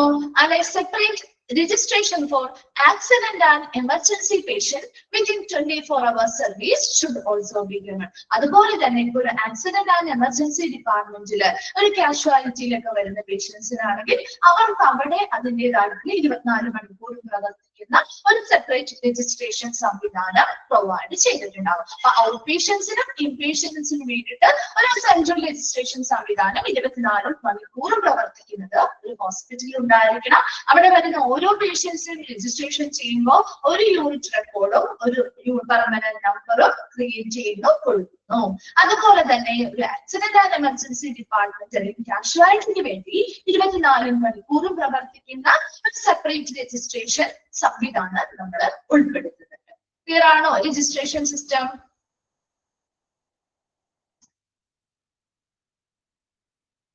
ഓക്കെ, അടുത്തത് നമ്പറിംഗ് സിസ്റ്റം. ഇപ്പൊ നമ്മൾ പറഞ്ഞില്ലേ ഒരു പെർമനന്റ് നമ്പർ കിട്ടുമെന്ന് പറഞ്ഞില്ലേ? അപ്പൊ 6 digit numbers are normally used for outpatients and inpatient. Outpatientsനും inpatientsനും നമ്മൾ നോർമലി യൂസ് ചെയ്യുന്നത് ഒരു 6 digit നമ്പർ ആണ്, 6 ഡിജിറ്റ് ഉള്ള നമ്പേഴ്സ് ആണ്. So a new patient gets a new hospital number only at the first time of registration. അപ്പോൾ ഈ 6 digit ഉള്ള ഒരു നമ്പർ ആണ് ഔട്ട് പേഷ്യൻസിനും ഇൻപേഷ്യൻസിനും കോമൺ നോർമൽ ആയിട്ട് നമ്മൾ ഉപയോഗിക്കുന്നത്. അതിൽ ഓരോ പേഷ്യന്റും ആദ്യമായിട്ട് രജിസ്റ്റർ ചെയ്യുമ്പോൾ ഫസ്റ്റ് ടൈം ഓഫ് രജിസ്ട്രേഷൻ അല്ലെ, ആദ്യം നമ്മൾ രജിസ്റ്റർ ചെയ്യുമ്പോഴല്ലേ ആ ഒരു പുതിയ ഹോസ്പിറ്റൽ നമ്പർ നമുക്ക് കിട്ടുക അല്ലെ? ഇപ്പൊ പോയിട്ട് നമ്മൾ രണ്ടാമത് പോയി നമ്മൾ എന്തെങ്കിലും ഡോക്ടറെ കാണാൻ വേണ്ടി അഡ്മിഷൻ എടുക്കുമ്പോ വേറെ നമ്പർ തരുമോ? ഇല്ല. നമ്മൾ ആദ്യം ഹോസ്പിറ്റലിൽ ഫസ്റ്റ് ടൈം എപ്പോഴാണോ രജിസ്ട്രേഷൻ ചെയ്യുന്നത് ആ സമയത്താണ് നമുക്ക് ആ ഒരു പുതിയ ഹോസ്പിറ്റലിലെ നമ്പർ തരുന്നത് അല്ലെ? ആ ഒരു പുതിയ പേഷ്യന്റ് ആണ് എന്ന് മനസ്സിലാക്കി പുതിയൊരു നമ്പർ തരുന്നു. അല്ലാത്ത സമയത്ത് നമുക്ക് പുതിയ നമ്പറുകൾ തരില്ല. ആ നമ്പർ തന്നെയായിരിക്കും നമ്മുടെ പേഷ്യന്റിന്റെ ഐഡിയ ആണ് അല്ലെ? അപ്പൊ ആ ഒരു നമ്പർ തന്നെയായിരിക്കും ഫോളോ ചെയ്ത് വരുന്നത്. ഇവിടെ ഒരു 6 ഡിജിറ്റ് നമ്പേഴ്സ് ആയിരിക്കും ഔട്ട് പേഷ്യൻസിനും ഇൻപേഷ്യൻസിനും നോർമലി ഉപയോഗിക്കുന്നത്. അതിൽ എപ്പോഴും ഒരു പുതിയ പേഷ്യന്റിന് അവര് പുതിയതായിട്ട് ഫസ്റ്റ് ടൈം അവരെ രജിസ്റ്റർ ചെയ്യുമ്പോഴാണ് ആ ഒരു പുതിയ ഹോസ്പിറ്റൽ നമ്പർ പ്രൊവൈഡ് ചെയ്യുക. ക്ലിയർ ആണോ numbering system?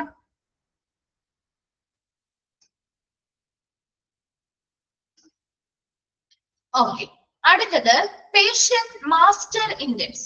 Patient master index എന്ന് പറഞ്ഞാൽ patient master index is designed with the important identification information for each new patient registered in the central registration area and filed in alphabetical order in the manual system and electronically through computer. ഒരു patient master index എന്ന് പറഞ്ഞാൽ അതായത് with important identification information for each new patient registered in the central registration area. അപ്പൊ നമ്മുടെ ഈ ഒരു central registration ഏരിയയിൽ നമ്മൾ രജിസ്റ്റർ ചെയ്തിട്ടുള്ള ഓരോ പുതിയ പേഷ്യൻസിന്റെയും ഇമ്പോർട്ടന്റ് ആയിട്ടുള്ള ഐഡന്റിഫിക്കേഷൻ ഇൻഫർമേഷൻസ് അല്ലെ, ഒരു തിരിച്ചറിയുന്നതിന് വേണ്ടിയുള്ള രേഖകൾ അല്ലെങ്കിൽ ഇൻഫർമേഷൻസ് ഇതൊക്കെ നമ്മൾ കൃത്യമായിട്ട് എന്ത് ചെയ്യുന്നു, അവിടെ രേഖപ്പെടുത്തുന്നു. അത് ഫയൽ ചെയ്യും. അതെങ്ങനെയാ ഫയൽ ചെയ്യുന്നത്? In an alphabetical order in the manual system. നമ്മുടെ കയ്യിൽ എഴുതി ഫയൽ ചെയ്യാറുണ്ട് അല്ലെ, ഇല്ലേ? എഴുതി ഫയൽ ചെയ്യാറില്ലേ? അതോടൊപ്പം തന്നെ ഇലക്ട്രോണിക്കലി ത്രൂ കമ്പ്യൂട്ടർ. കമ്പ്യൂട്ടറിന്റെ കൂടെ കമ്പ്യൂട്ടറിൽ നമ്മൾ ഇലക്ട്രോണിക്കലി ഇത് എന്ത് ചെയ്യാറുണ്ട്? ആ ഒരു ആൽഫബറ്റിക്കൽ ഓർഡറിൽ ഫയൽ ചെയ്ത് വെക്കാറുണ്ട്. അപ്പൊ ഓരോ പുതിയ പേഷ്യൻസ് വരുമ്പോഴും അവരുമായി ബന്ധപ്പെട്ട് ഈ സെൻട്രൽ രജിസ്ട്രേഷൻ ഏരിയയിൽ രജിസ്റ്റർ ചെയ്തിട്ടുള്ള ഓരോ പുതിയ പേഷ്യൻസിന്റെയും ഐഡന്റിഫിക്കേഷൻ ഇൻഫർമേഷൻസ് കൃത്യമായിട്ട് നമ്മൾ ആൽഫബറ്റിക്കൽ ഓർഡറുകളിൽ മാനുവൽ സംവിധാനത്തിൽ നമ്മൾ ഫയൽ ചെയ്യുന്നുണ്ട്. അതോടൊപ്പം തന്നെ കമ്പ്യൂട്ടറിൽ ഇലക്ട്രോണിക്കലി നമ്മളത് ഫയൽ ചെയ്യുന്നതിനെയാണ് പേഷ്യന്റ് മാസ്റ്റർ ഇൻഡെക്സ് എന്ന് പറയുന്നത്. ക്ലിയർ ആണോ? Patient master index. ഓക്കെ. അടുത്തത് patient ID and appointment card. ഇത് നിങ്ങൾക്ക് പരിചയമുള്ളതല്ലേ അല്ലെ? ഒരു ഹോസ്പിറ്റലിൽ ചെല്ലുമ്പോൾ ഒരു പുതിയ ഓരോ new patient registered for out patient and in patient service should be given an identification card. നമ്മൾ രജിസ്റ്റർ ചെയ്യുമ്പോൾ നമുക്ക് അവിടെ നിന്ന് ഒരു ഐഡന്റിഫിക്കേഷൻ കാർഡ് കിട്ടും അല്ലെ? നമ്മുടെ പെർമനന്റ് നമ്പർ ഉണ്ടാകും, നമ്മുടെ പേര്, അഡ്രസ്, വയസ്സ് അല്ലെ, അങ്ങനെയുള്ള ഡീറ്റെയിൽസ് കാര്യങ്ങളൊക്കെ വെച്ചിട്ടുള്ള ഒരു ഐഡന്റിഫിക്കേഷൻ കാർഡ് പുതിയതായിട്ട് രജിസ്റ്റർ ചെയ്യുന്ന ഏതൊരു ഡോക്ടറുടെ നെയിം, ഇപ്പൊ ഏത് ഡോക്ടറാണ് നമ്മൾ കൺസൾട്ട് ചെയ്യാൻ പോകുന്ന നെയിം ഉണ്ടാവില്ല. കാരണം നമുക്ക് പിന്നീട് വേറെ ഏതെങ്കിലും ഡോക്ടേഴ്സിനെ കാണണമെങ്കിൽ അങ്ങനെയാവാം. കൂടുതലും നമ്മുടെ ഈ ഒരു ID നമ്പറും നമ്മുടെ ഡീറ്റെയിൽസ് കാര്യങ്ങളൊക്കെ ആയിരിക്കും ഉണ്ടാവുക. അതുപോലെ ഹോസ്പിറ്റലിന്റെ പേരും കാര്യങ്ങളും ഒക്കെ വെച്ചിട്ടുള്ള ഒരു ID കാർഡ് ആയിരിക്കും അല്ലെ, ഐഡന്റിഫിക്കേഷൻ കാർഡ് ആയിരിക്കും നമുക്ക് തരാം. ഇവിടെ ഓരോ പുതിയ പേഷ്യന്റ്, ഇൻപേഷ്യന്റ് ആയിക്കോട്ടെ ഔട്ട് പേഷ്യന്റ് സർവീസിലേക്കുള്ള രജിസ്റ്റർ ചെയ്തിട്ടുള്ള ഓരോ പുതിയ പേഷ്യൻസിനും അവർ എന്ത് ചെയ്യുന്നു, ഒരു ഐഡന്റിഫിക്കേഷൻ കാർഡുകൾ കൊടുക്കുന്നു. ക്ലിയർ ആണല്ലോ? നെക്സ്റ്റ് വരുന്നത് അപ്പോയിന്റ്മെന്റ് സിസ്റ്റം. ഒരു അപ്പോയിന്റ്മെന്റ് സംവിധാനം എങ്ങനെയാ? In all referral or speciality hospital the appointment system should be practised. ഇപ്പൊ ഒരു റെഫർ ചെയ്ത് വരുന്നതായിക്കോട്ടെ അല്ലെങ്കിൽ ഒരു സ്പെഷ്യാലിറ്റി ഹോസ്പിറ്റലുകളായിക്കോട്ടെ, ഇവയെല്ലാം എല്ലാ സ്ഥലങ്ങളിലും ഒരു അപ്പോയിന്റ്മെന്റ് സംവിധാനം നല്ല രീതിയിൽ പ്രാക്ടീസ് ചെയ്യേണ്ടതായിട്ടുണ്ട്. And all patients must notice the appointment system except labor and emergency cases. നമുക്കറിയാം ഒരു ഡോക്ടറെ കാണണമെങ്കിൽ നമ്മൾ അപ്പോയിന്റ്മെന്റ് എടുക്കണം അല്ലെ? നമ്മൾ അപ്പോയിന്റ്മെന്റ് എടുക്കാതെ ഡോക്ടറെ കാണാൻ പറ്റുമോ? ഒരു ഹോസ്പിറ്റലിൽ ചെന്നാൽ നിങ്ങൾ അപ്പോയിന്റ്മെന്റ് എടുക്കാൻ വേണ്ടി ഓൾറെഡി നിങ്ങൾ രജിസ്റ്റർ ചെയ്തിട്ടില്ലെങ്കിൽ നമ്മൾ രജിസ്റ്റർ ചെയ്യണം. അതിനുശേഷം നമ്മൾ ഡോക്ടർക്ക് വേണ്ടിയിട്ടുള്ള അപ്പോയിന്റ്മെന്റ് എടുക്കുക. നമുക്കപ്പോ ടോക്കണും കാര്യങ്ങളും അവർ തരും. അതിനുശേഷം നമ്മൾ പോയി വെയിറ്റ് ചെയ്തിരിക്കുകയാണ് ചെയ്യാറ് അല്ലെ? ഇപ്പൊ നമ്മുടെ വീട്ടിൽ ഇരുന്ന് ഫോൺ മുഖേനയാണെങ്കിൽ നമുക്ക് അപ്പോയിന്റ്മെന്റ് സംവിധാനങ്ങൾ നടക്കുന്നുണ്ട്. അപ്പൊ നമുക്ക് അതിനനുസരിച്ച് പേഷ്യന്റ് ഡോക്ടറെയാണ് നമുക്ക് കാണേണ്ടത്. നമ്മുടെ പേരും ഡീറ്റെയിൽസും ഒക്കെ കൊടുത്തു കഴിഞ്ഞാൽ നമുക്ക് ടോക്കൺ കിട്ടും. ഇത്ര നമ്പറാണ്, നിങ്ങൾ ആ സമയമാകുമ്പോൾ വന്നാൽ മതി. നമുക്ക് നമ്മുടെ ആ ഹോസ്പിറ്റലുകാർ പറയാറുണ്ട് അല്ലെ?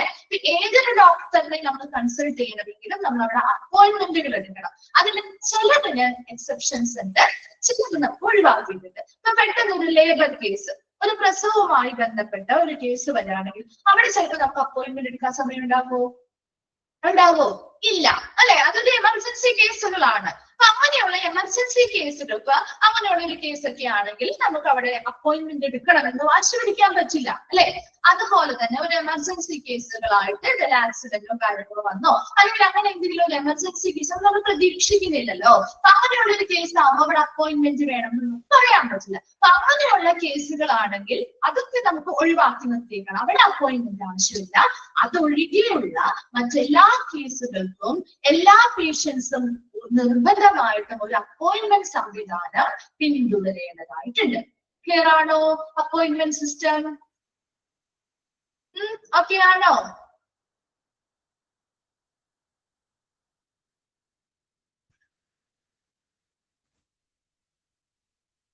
ഓക്കെ, ഇപ്പൊ ഈ ഒരു പോയിന്റില് ഇപ്പൊ ഈ ഒരു പാരഗ്രാഫിൽ മിസ് ഇമ്പോർട്ടന്റ് ആയിട്ടുള്ള പറഞ്ഞുതരാം കേട്ടോ.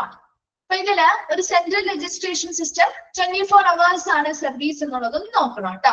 അതുപോലെ ഇപ്പൊ കാഷ്വാലിറ്റിയിൽ അല്ലെങ്കിൽ ഒരു ആക്സിഡന്റ് എമർജൻസി ഡിപ്പാർട്ട്മെന്റിലാണെങ്കിലും 24 hours ആണ് രജിസ്ട്രേഷന് വേണ്ടിയുള്ളത്. അതറിയാലോ, അത് നോട്ട് ചെയ്ത് വെക്കണം. അങ്ങനെയുള്ള ചെറിയ ചെറിയ പോയിന്റ്സ് ഒക്കെ ക്വസ്റ്റ്യൻ ആയിട്ട് വരാം കേട്ടോ. ഇമ്പോർട്ടന്റ് ആയിട്ടുള്ള പറഞ്ഞ് നിങ്ങൾക്ക് അത് നോട്ട് ചെയ്ത് പഠിക്കാനോ എന്ന് വിചാരിച്ച പറഞ്ഞു തരുന്നത് കേട്ടോ. വലിയൊരു ചാപ്റ്റർ കൂടിയാണ്.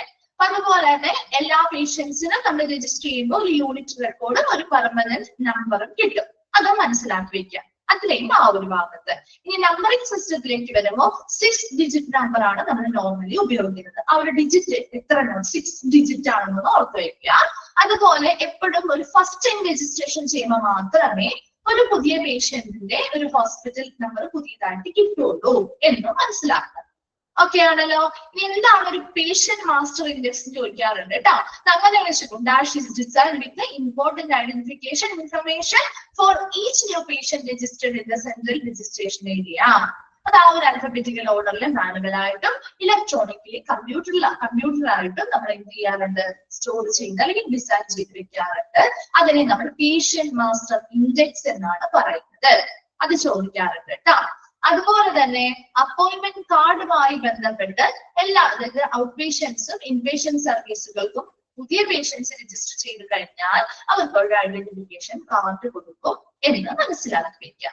അതുപോലെ ഒരു അപ്പോയിന്റ്മെന്റ് സംവിധാനങ്ങൾ എപ്പോഴും വേണം. അതിൽ ഒഴിവുള്ളത്, എക്സെപ്ഷൻസ് ഉള്ളത് ലേബർ ആക്ട് എമർജൻസി കേസുകൾക്കാണ്. അത് മാത്രം ഒന്ന് മനസ്സിലാക്കി. മറ്റുള്ളവർക്കൊക്കെ അപ്പോയിന്റ്മെന്റുകൾ വേണം. ഈ ഒരു ലേബർ ആൻഡ് എമർജൻസി കേസുകൾ എക്സെപ്റ്റ് ആയിട്ടുള്ള കേസുകളാണ് എന്ന് മനസ്സിലാക്കി വെക്കുക കേട്ടോ. ഇത്രയും കാര്യങ്ങൾ ഈ ഭാഗത്ത് നിന്ന് കുറച്ചധികം ക്വസ്റ്റ്യൻസ് ചോദിക്കാവുന്ന ഭാഗമായതുകൊണ്ടാണ് മിസ് ഓരോന്ന് പറഞ്ഞത്. ക്ലിയർ അല്ലേ? നമുക്ക് അടുത്ത ഭാഗത്തേക്ക് പോവാം. നെക്സ്റ്റ് ഭാഗത്തേക്ക് പോവാം. ഓക്കെ, പിന്നെ നെക്സ്റ്റ് പറയുന്നത് ഇൻവെസ്റ്റിഗേഷൻ റിപ്പോർട്ടുകൾ. നമ്മൾ ഒരുപാട് പരിശോധനകൾ അല്ലെങ്കിൽ എക്സാമിനേഷൻസ് നടത്തിയിട്ടുണ്ടാകും. അപ്പൊ അതുമായി ബന്ധപ്പെട്ട റിപ്പോർട്ടുകളുമായി ബന്ധപ്പെട്ട കാര്യങ്ങളാണ്. The diagnostic reports of outpatient should be accepted and scaled by the medical record department in the specific patient record. ഇവിടെ രോഗനിർണയവുമായി ബന്ധപ്പെട്ട ഔട്ട്പേഷ്യൻസിലേക്ക് റിപ്പോർട്ടുകൾ കാര്യങ്ങളൊക്കെ കൃത്യമായിട്ട് അത് അക്സെപ്റ്റ് ചെയ്യണം. And scaled by the medical record department in the specific patient record. ഇവിടെ ആ പേഷ്യന്റുമായി ബന്ധപ്പെട്ട എന്ത് കാര്യം ഉണ്ടെങ്കിലും, എന്തൊരു റിപ്പോർട്ടും കാര്യങ്ങളുണ്ടെങ്കിലും അവരുടെ മെഡിക്കൽ റെക്കോർഡ് അല്ലെങ്കിൽ പേഷ്യന്റിന്റെ റെക്കോർഡിനുള്ളിൽ സ്പെസിഫൈഡ് ആയിട്ട് നമ്മൾ എന്ത് ചെയ്യണം, ഉൾപ്പെടുത്തി വെക്കുകയാണ് വേണ്ടത്. ഇവിടെ ഒരു ഔട്ട് പേഷ്യന്റ് ആണെങ്കിൽ അവിടെ നമ്മൾ അത് അക്സെപ്റ്റ് ചെയ്യുക. അതിനനുസരിച്ച് മെഡിക്കൽ റെക്കോർഡ് ഡിപ്പാർട്ട്മെന്റുകളുടെ സ്പെസിഫിക് പേഷ്യന്റ് റെക്കോർഡുകളിൽ എന്ത് ചെയ്യുക, അത് രേഖപ്പെടുത്തി സൂക്ഷിക്കുക. ഇനി ഒരു ഇൻപേഷ്യന്റ് ആണ് എങ്കിൽ diagnostic report should be accepted and scaled on the ward by ward clerk or nurse. നമ്മളിപ്പോ ഒരു ഇൻപേഷ്യന്റ് ആകുമ്പോൾ ഒരു വാർഡിൽ കിടക്കുമായിരിക്കും അല്ലെ. ആ വാർഡിലോ അല്ലെങ്കിൽ റൂമിലൊക്കെ ആവുമ്പോൾ അവിടുത്തെ വാർഡ് ക്ലർക്ക് അല്ലെങ്കിൽ നേഴ്സ് ആണ് അത് ചെയ്യേണ്ടത്. അപ്പൊ വാർഡ് ക്ലർക്ക് അല്ലെങ്കിൽ നേഴ്സ് ഒരു ഇൻപേഷ്യന്റ് ആണെങ്കിൽ അവരുടെ രോഗനിർണയവുമായി ബന്ധപ്പെട്ട് എന്തെങ്കിലും റിപ്പോർട്ടുകളോ കാര്യങ്ങളോ ഒക്കെ വന്നിട്ടുണ്ടെങ്കിൽ അത് കൃത്യമായിട്ട് സ്വീകരിക്കേണ്ടതും അത് കൃത്യമായിട്ട് അവരുടെ ആ ഒരു പേഷ്യന്റ് റെക്കോർഡിനുള്ളിൽ ഉൾപ്പെടുത്തി രേഖപ്പെടുത്തി വെക്കേണ്ടതും ഒരു വാർഡ് ക്ലർക്ക് അല്ലെങ്കിൽ നേഴ്സ് ആണ്. അത് ചോദിക്കാനുള്ള ക്വസ്റ്റ്യൻ ആണ് കേട്ടോ. Inpatient diagnostic reports should be accepted and scaled on the ward by dash എന്ന് ചോദിക്കാം. അപ്പൊ വാർഡ് ക്ലർക്ക് അല്ലെങ്കിൽ വാർഡ് നേഴ്സ് ആണ് അത് ചെയ്യേണ്ടത്. ഔട്ട് പേഷ്യന്റ് ആവുമ്പോൾ നമ്മൾ സ്വാഭാവികമായിട്ടും അവിടുത്തെ ആ ഒരു അഡ്മിഷനുമായി ബന്ധപ്പെട്ട ആളുകൾ തന്നെ അത് ചെയ്തോളൂ, അല്ലെങ്കിൽ മെഡിക്കൽ റെക്കോർഡ് ഡിപ്പാർട്ട്മെന്റുമായി ബന്ധപ്പെട്ട ആളുകൾ ചെയ്തോളൂ. അതേസമയം ഒരു ഇൻപേഷ്യന്റ് ആവുമ്പോൾ അവിടുത്തെ വാർഡ് ക്ലർക്ക് അല്ലെങ്കിൽ വാർഡ് നേഴ്സ് ആണ് ഡയഗ്നോസ്റ്റിക് റിപ്പോർട്ടുകൾ കൃത്യമായിട്ട് സ്വീകരിക്കേണ്ടതും അത് അവരുടെ പേഷ്യന്റ് റെക്കോർഡിൽ ഉൾപ്പെടുത്തി സൂക്ഷിക്കേണ്ടത്. ഓക്കെ, ഇനി അടുത്തത് ഹെൽത്ത് കെയർ. ഹെൽത്ത് സെന്ററുമായി ബന്ധപ്പെട്ട് the health center or clinic normally direct patients to the hospital with a referral letter. ഇപ്പൊ ഒരു ഹെൽത്ത് സെന്റർ അല്ലെങ്കിൽ ഒരു ക്ലിനിക്ക് ഒരു പേഷ്യന്റിനെ നമുക്ക് വെറുതെ ആണ് ഹോസ്പിറ്റലിലേക്ക് പറഞ്ഞുവിടാൻ പറ്റുമോ? ഇല്ല. ആ ഒരു ഹോസ്പിറ്റലിലേക്ക് നോർമലി അവരുടെ കയ്യിൽ ഒരു റെഫറൽ ലെറ്റർ കൊടുത്താണ് വിടുക, ഇല്ലേ? നമ്മളൊരു ഹോസ്പിറ്റലിൽ നിന്ന് ഒരു സ്ഥലത്തേക്ക് ഒരു പേഷ്യന്റിനെ വിടുമ്പോൾ അവിടെ റെഫറൽ ലെറ്ററുകൾ തരും, ഇല്ലേ? നമ്മളൊരു ക്ലിനിക്കിൽ കാണിച്ചു, ആ ഒരു ക്ലിനിക്കിൽ അതിനുള്ള സൗകര്യങ്ങളോ കാര്യങ്ങളോ ഇല്ലെങ്കിൽ ആ ഡോക്ടർ നമുക്ക് എഴുതി തരും അല്ലെ, ഇന്ന ഹോസ്പിറ്റലിലേക്ക് പോവാ, അവിടേക്ക് ഞാനൊരു റെഫറൽ ലെറ്റർ തരാറുണ്ട് അല്ലെ. അതുപോലെ ഒരു റെഫറൽ ലെറ്റർ ഉപയോഗിച്ചാണ് ഒരു ഹെൽത്ത് സെന്ററോ അല്ലെങ്കിൽ ക്ലിനിക്കോ normally direct patients to the hospital with a referral letter. ഇപ്പൊ ഡാഷ് എന്ന് ചോദിക്കാം കേട്ടോ.